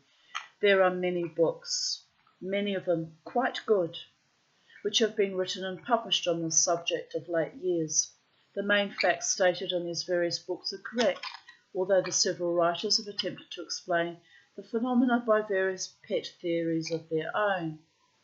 The student may acquaint himself with these matters, and by using the theory of mental gender, he will be able to bring order out of the chaos of conflicting theory and teachings, and may, moreover, readily make himself a master of the subject if he be so inclined. The purpose of this work is not to give an extended account of psychic phenomena, but rather to give to the student a master key, whereby he may unlock the many doors leading into the parts of the temple of knowledge which he may wish to explore, or indeed she. We feel that in this consideration of the teachings of the Kybalion, one may find an explanation which will serve to clear away many perplexing difficulties, a key that will unlock many doors. What is the use of going into detail regarding all the many features of psychic phenomena and mental science, provided we place in the hands of the student the means whereby he may acquaint himself fully regarding any phase of the subject which may interest him. With the aid of the Kybalion, one may go through any occult library anew, the old light from Egypt illuminating many dark pages and obscure subjects. That is the purpose of this book. We do not come expounding a new philosophy, but rather furnishing the outlines of a great world-old teaching that will make clear the teachings of others, which will serve as the great reconciler of differing theories and opposing doctrines. Chapter 15, the last chapter. Reaching completion. Will it be as orgasmic and cathartic as the completion of my wild dance? Maybe. Look, I've enjoyed reading this to you, but all the segues and it's been astonishing, people are there. Chapter 15, Hermetic Axioms. The possession of knowledge, unless accompanied by manifestation and expression in action, is like the hoarding of precious metals, a vain and foolish thing. On the subject of hoarding precious metals, I finished my ring yesterday. I had to anneal it twice and where's the top? Where's its head? I had to anneal it twice and hammer it into submission to get it to form this ring, because look how thick the silver is. It's about part's almost 3 millimeters thick. So I got scared of it and put it aside for 2 days. And then yesterday afternoon, the muse came and said, finish that ring, Tanya. You need to finish your projects, Tanya. I'm in Aries, and a big problem of being in Aries is we tend to start projects and then leave them half unfinished. And often other people have to go in and complete the task. So one of the things that I brought in beginning of the COVID epoch, actually early 2020, was I set myself a mission that whatever task I began, I would complete it. It might take me several years, but I would aim to complete the task. So in this case, it took 2 days. Well, I completed it on the 3rd day. So I'm very happy with it, very happy. And very, very happy with it. But I wore it last night out. And honestly, I need more rings like a hole in the head, but it's just part of my keeping my skills, my newfound skills, going and inspiring me to continue on with learning more silversmithing skills. So there is that.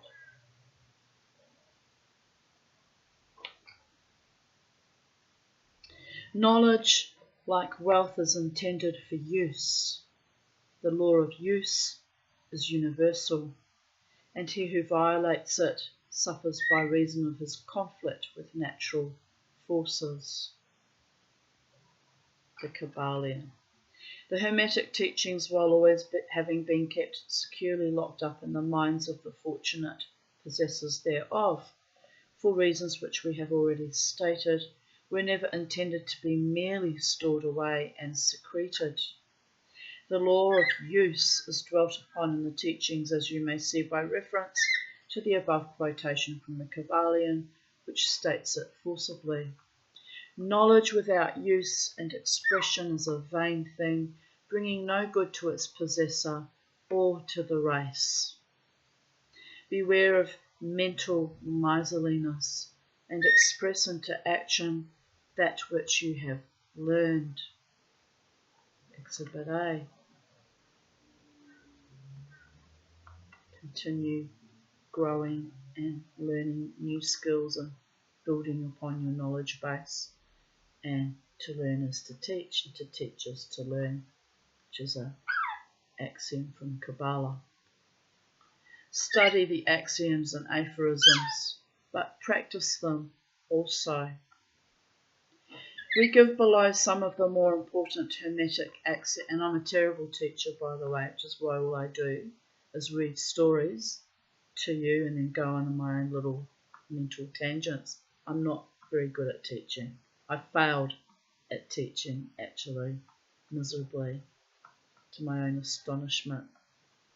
So if I teach, it's done in a form of, as by example, watching me fail so magnificently over and over and over again.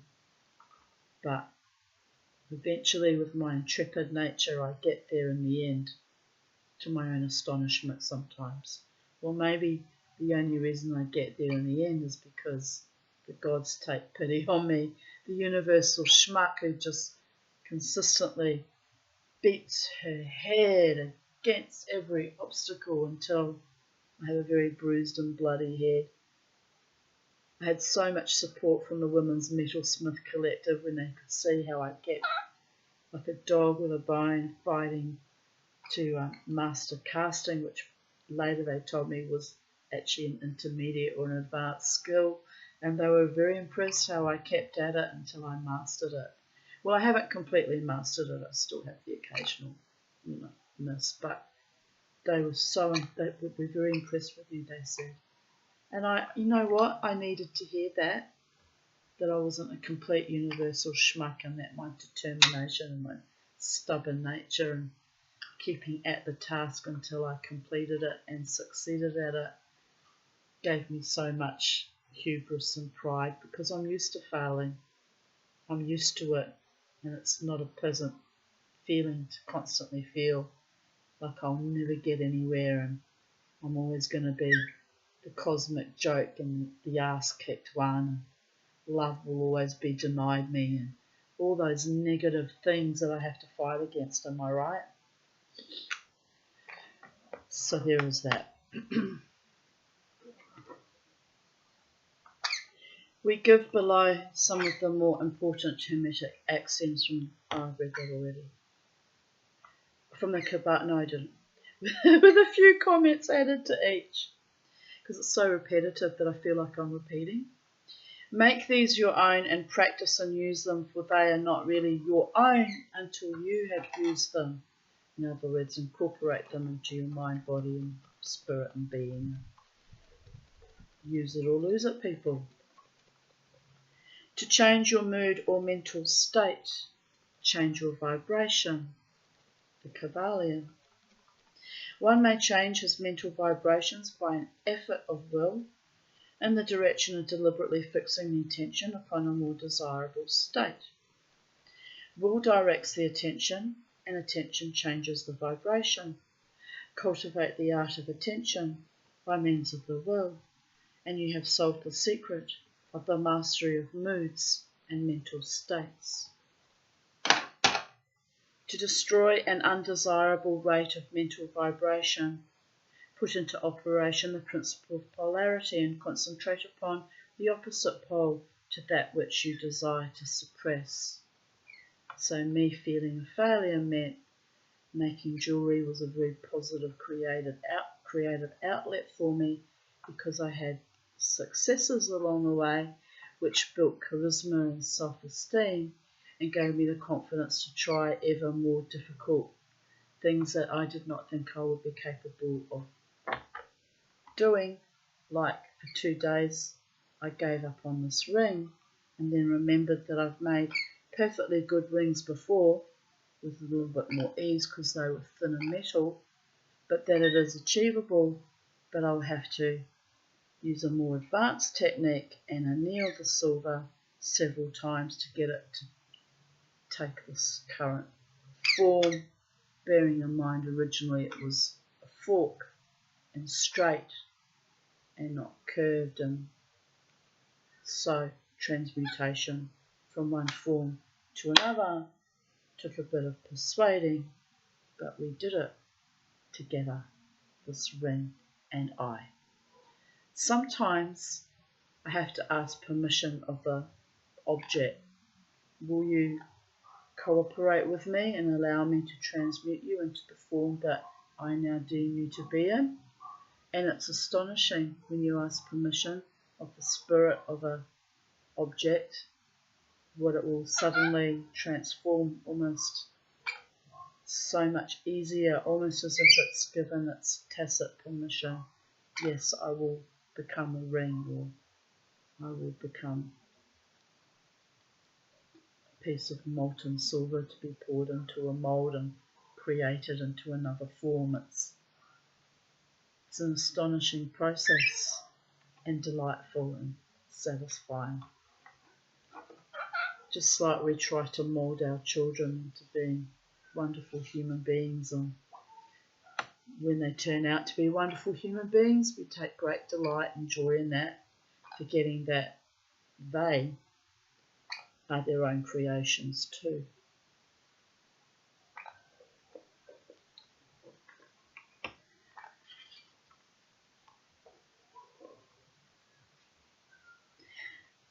So kill out the undesirable by changing its polarity. This is one of the most important of the Hermetic formulas. It is based upon true scientific principles.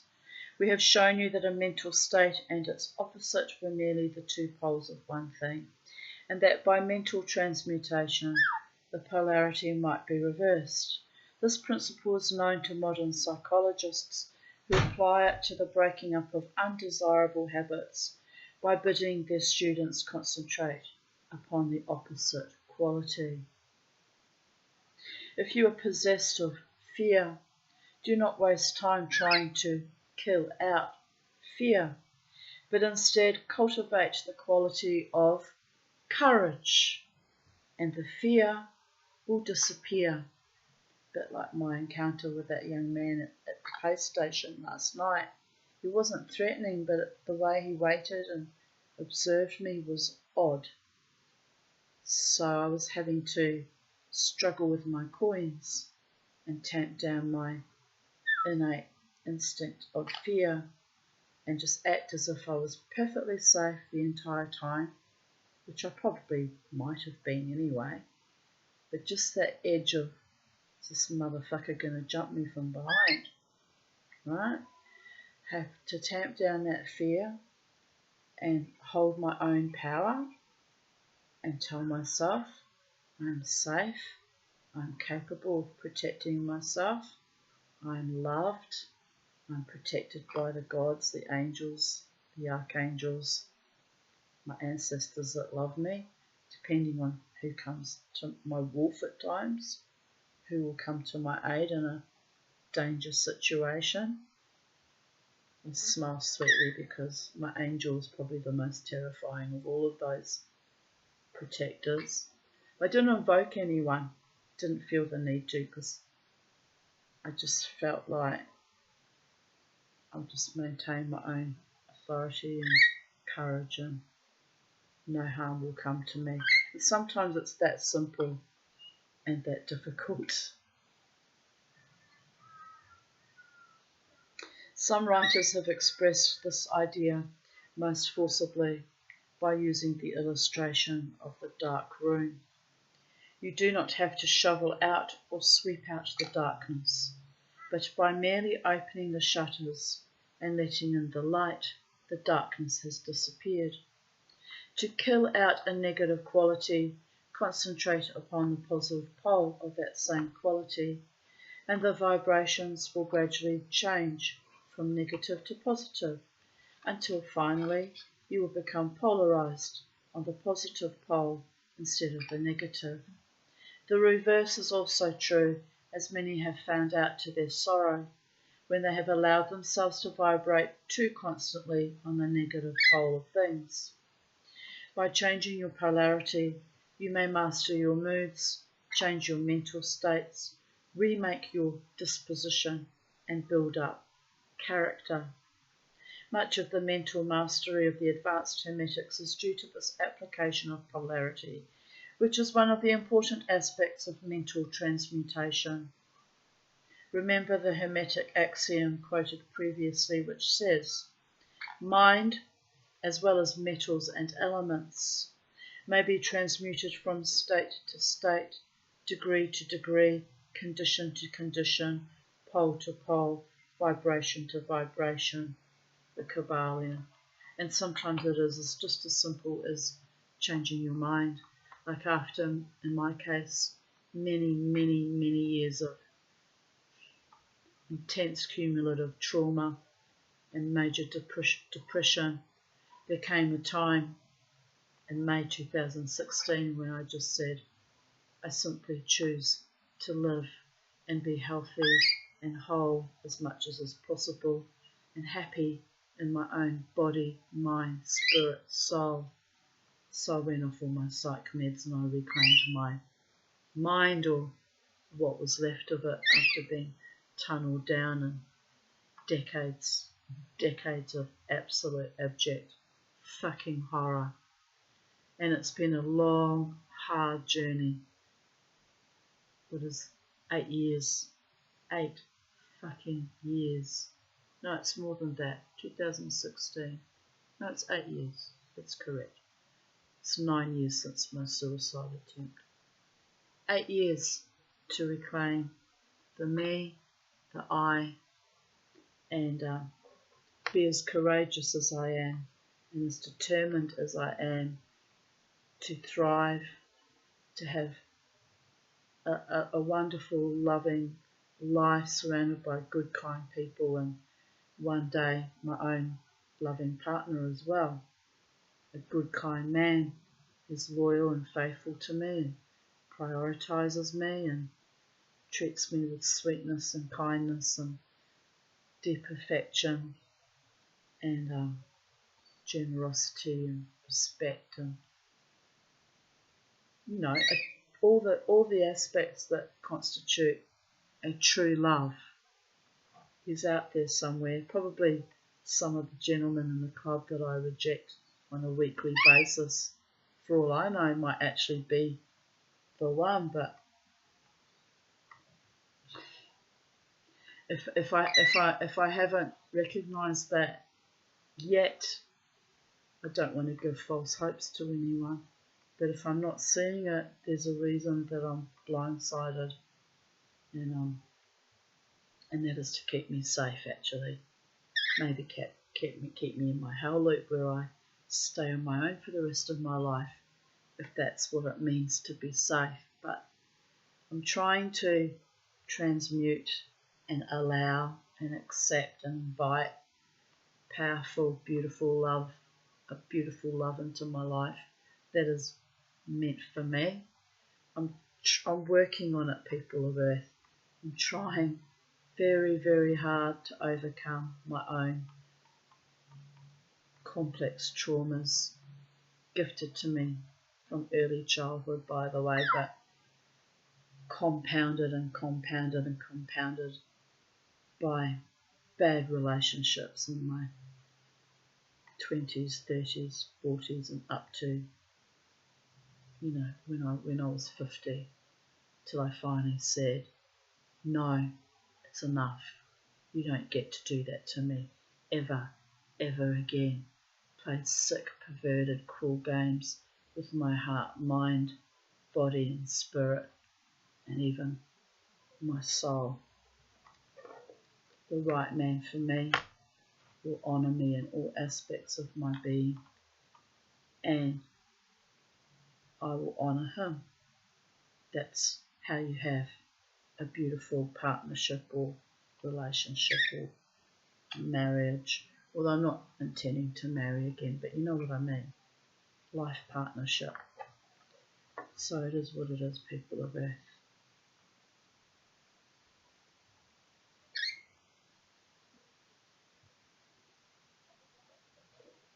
The little feet are so boiling hot.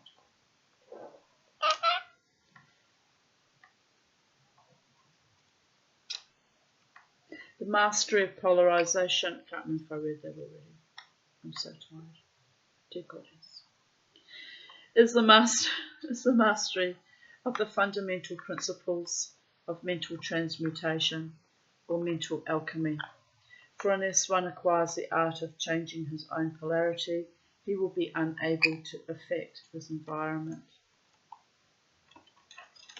An understanding of this principle will enable one to change his own polarity, as well as that of others, if he will but devote the time, care, study, and practice necessary to master the art.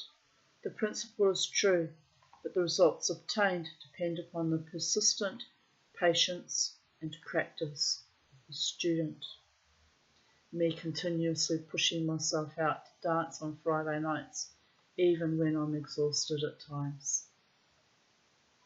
Because it's my practice and it's how I change my polarity. Rhythm may be neutralized by an application of the art of polarization, the Kybalion. As we have explained in previous chapters, the Hermetists hold that the principle of rhythm manifests on the mental plane as well as on the physical plane, and that the bewildering succession of moods, feelings, emotions, and other mental states are due to the backward and forward swing of the mental pendulum, which carries us from one extreme of feeling to the other. The Hermetists also teach that the law of neutralization enables one to a great extent to overcome the operation of rhythm in consciousness. As we have explained, there is a higher plane of consciousness as well as the ordinary lower plane, and the master, by rising mentally to the higher plane, causes a swing of the mental pendulum to manifest on the lower plane, and he, dwelling on his higher plane, escapes the consciousness of the swing backward. This is effected by polarizing on the higher self, and thus raising the mental vibrations of the ego above those of the ordinary plane of consciousness. It is akin to rising above a thing and allowing it to pass beneath you.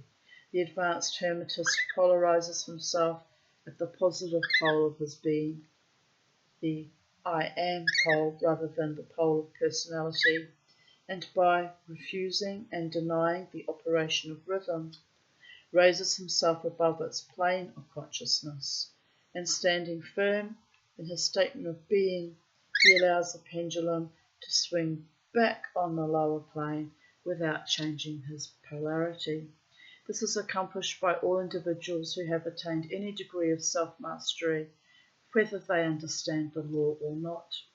Such persons simply refuse to allow themselves to be swung back by the pendulum of mood and emotion, and by steadfastly affirming the superiority, they remain polarized on the positive pole. The master, of course, attains a far greater degree of proficiency because he understands the law which he is overcoming by a higher law, and by the use of his will he attains a degree of poise and mental steadfastness almost impossible of belief on the part of those who allow themselves to be swung backward and forward by the mental pendulum of moods and feelings. Remember always, however, that you do not really destroy the principle of rhythm, for that is indestructible. You simply overcome one law by counterbalancing it with another, and thus maintain an equilibrium. I love that word, equilibrium. The laws of balance and counterbalance are in operation on the mental as well as on the physical planes, and an understanding of these laws enables one to seem to overthrow laws, whereas he is merely exerting a counterbalance. Nothing escapes the principle of cause and effect, but there are many planes of causation, and one may use the laws of the higher to overcome the laws of the lower, the Kybalion. By an understanding of the practice of polarization, the Hermetists rise to a higher plane of causation, and thus counterbalance the laws of the lower planes of causation. By rising above the plane of ordinary causes, they become themselves in a degree causes instead of merely being caused. By being able to master their own moods and feelings, and by being able to neutralize rhythm, as we have already explained, they are able to escape a great part of the operations of cause and effect on the ordinary plane. The masses of people are carried along, obedient to their environment, the rules and desires of others stronger than themselves, the effects of inherited tendencies, and the suggestions of those about them, and other outward causes, which tend to move them about on the chessboard of life like mere pawns. By rising above these influencing causes, the advanced Hermetists seek a higher plane of mental action, and by dominating their moods, emotions, impulses, and feelings, they create for themselves new characters, qualities, and powers by which they overcome their ordinary environment and thus become practically players instead of mere pawns. Such people help to play the game of life understandingly instead of being moved about this way and that way by stronger influences and powers and wills.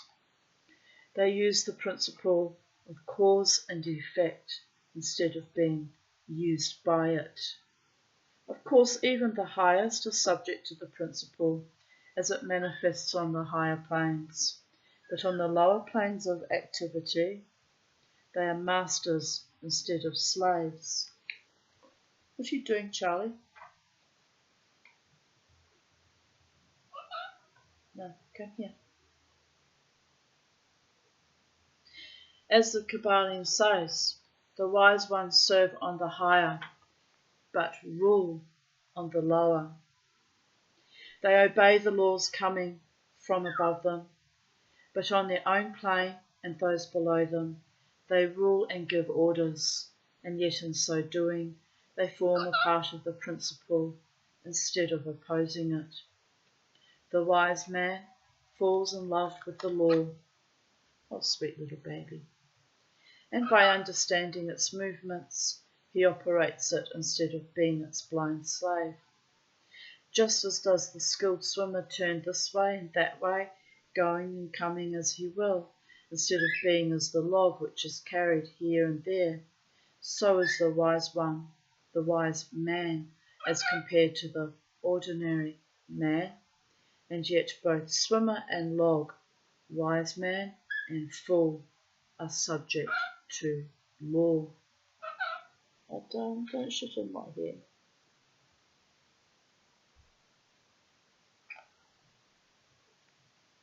He who understands this is well on the road to mastery, Charlie. What you talking about, Mama T? Mastery, Charlie. Get your balls. In conclusion, let us again call your attention to the Hermetic axiom. True Hermetic transmutation is a mental art, the Kybalion. Bobo's in heaven, my darling.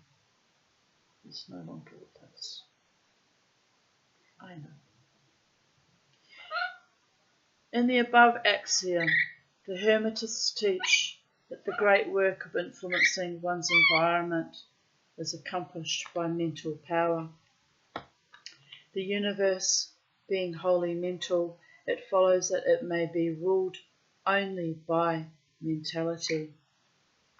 And in this truth is to be found an explanation of all the phenomena and manifestations of the various mental powers which are attracting so much attention and study in these earlier years of the 20th century. Back of and under the teachings of the various cults and schools remains ever constant the principle of the mental substance of the universe. If the universe be mental in its substantial nature, then it follows that mental transmutation must change the conditions and phenomena of the universe. If the universe is mental, then mind must be the highest power affecting its phenomena. If this be understood, then all the so-called miracles and wonder workings are seen plainly for what they are. The all is mind. The universe is mental. The Kybalion. Fini. They wrote fini in French or Latin. Very sweet. That is the end, at long last. of reading to you the Kybalion. The crowd goes wild. Yay! We're scared her crazy videos on that subject at least. So tomorrow I'll read you some stories from the American Book of Short Stories. And I'm yet to get a hold of 1001, what is it? Arabian Nights. I want to read that next. Maybe I can get it for free somehow without having to buy it. I'll have to Google. I should buy it. It's nice to buy your own books. I've always been one to buy my own books. Even as a child, I always delighted in owning my own books. Yes, my darling. So on that note, my beautiful people of planet Earth, I hope you enjoyed that or gleaned something out of it, including my mad meanderings. And I know it's odd, but if you subscribe to my channel, you enjoy some aspect of my being as channeled to you through my energy, my voice, and my weird little, short fat hobbit body, and my intellect, my telepathy, my occasional channelings. I didn't do any channeling today. Did you notice? That's good. We didn't get any rude interruptions from discarnate spirits making me look schizoaffective, because that's a bit astonishing when that happens. But I am picking up energy today, but it's from a friend that, and I know who it is, and it's someone I'm very fond of. But I could be wrong. It could be a different friend, or it's definitely a male friend. It's a male energy. So I've picked up on that. That's as far as my psychism went today. And anyway, I'm going to go and make something to eat for lunch. It's now 2:03 p.m. and I have something to eat and spend some playtime with the Charlie and the Tanya. We should go for a walk, Charlie. But I danced all night long, so I've done my measure of exercise for today, I think. Tempted to go dancing again tonight, but I'm fading and I'm drifting in and out of my body, so I'll be too tired. I'll be too tired to do 2 nights. So anyway, that person that I'm picking up energy from, they know how to contact me if they have any desire to communicate with me face to face or in messenger. It's all good. It's probably just my own meandering and spirit travelling, being a bit silly at times. Maybe not. I'm often astonished in hindsight 2020 how attuned I am at times to people. What I think was crazy at the time, or me being needy or desperate or pathetic, sometimes was borne out that I was right on point too. But I need to maintain my own integrity and my own psyche and body, mind and spirit too. So there is that. Certainly don't ever want to be a pawn in someone else's game, especially cruel, sadistic, emotional games. Don't ever do that to me. Don't care who you are. I've been through that too many times in the past. It's not cool. Anyway, I'm not accusing anyone of anything. I'm just saying in general, because I've been through it. 2015, case in point. Enough was enough. So don't want to end up a chop suey, self-righteous suicide because of someone else's weird, fucked up perversions. And I have a beautiful life now, as much as it's, still a little bit odd, and I still haven't manifested my love partner I have wonderful friends who support me in my dance and the club and, other wonderful friends. So, to you all, my darlings, have a beautiful day wherever you are in the space-time continuum, night, morning, afternoon, evening. Dream a little dream of me and continue on with your own psychedelic dreaming, although I don't recommend people take psychedelics. By psychedelic dreaming, that's my nickname. I mean,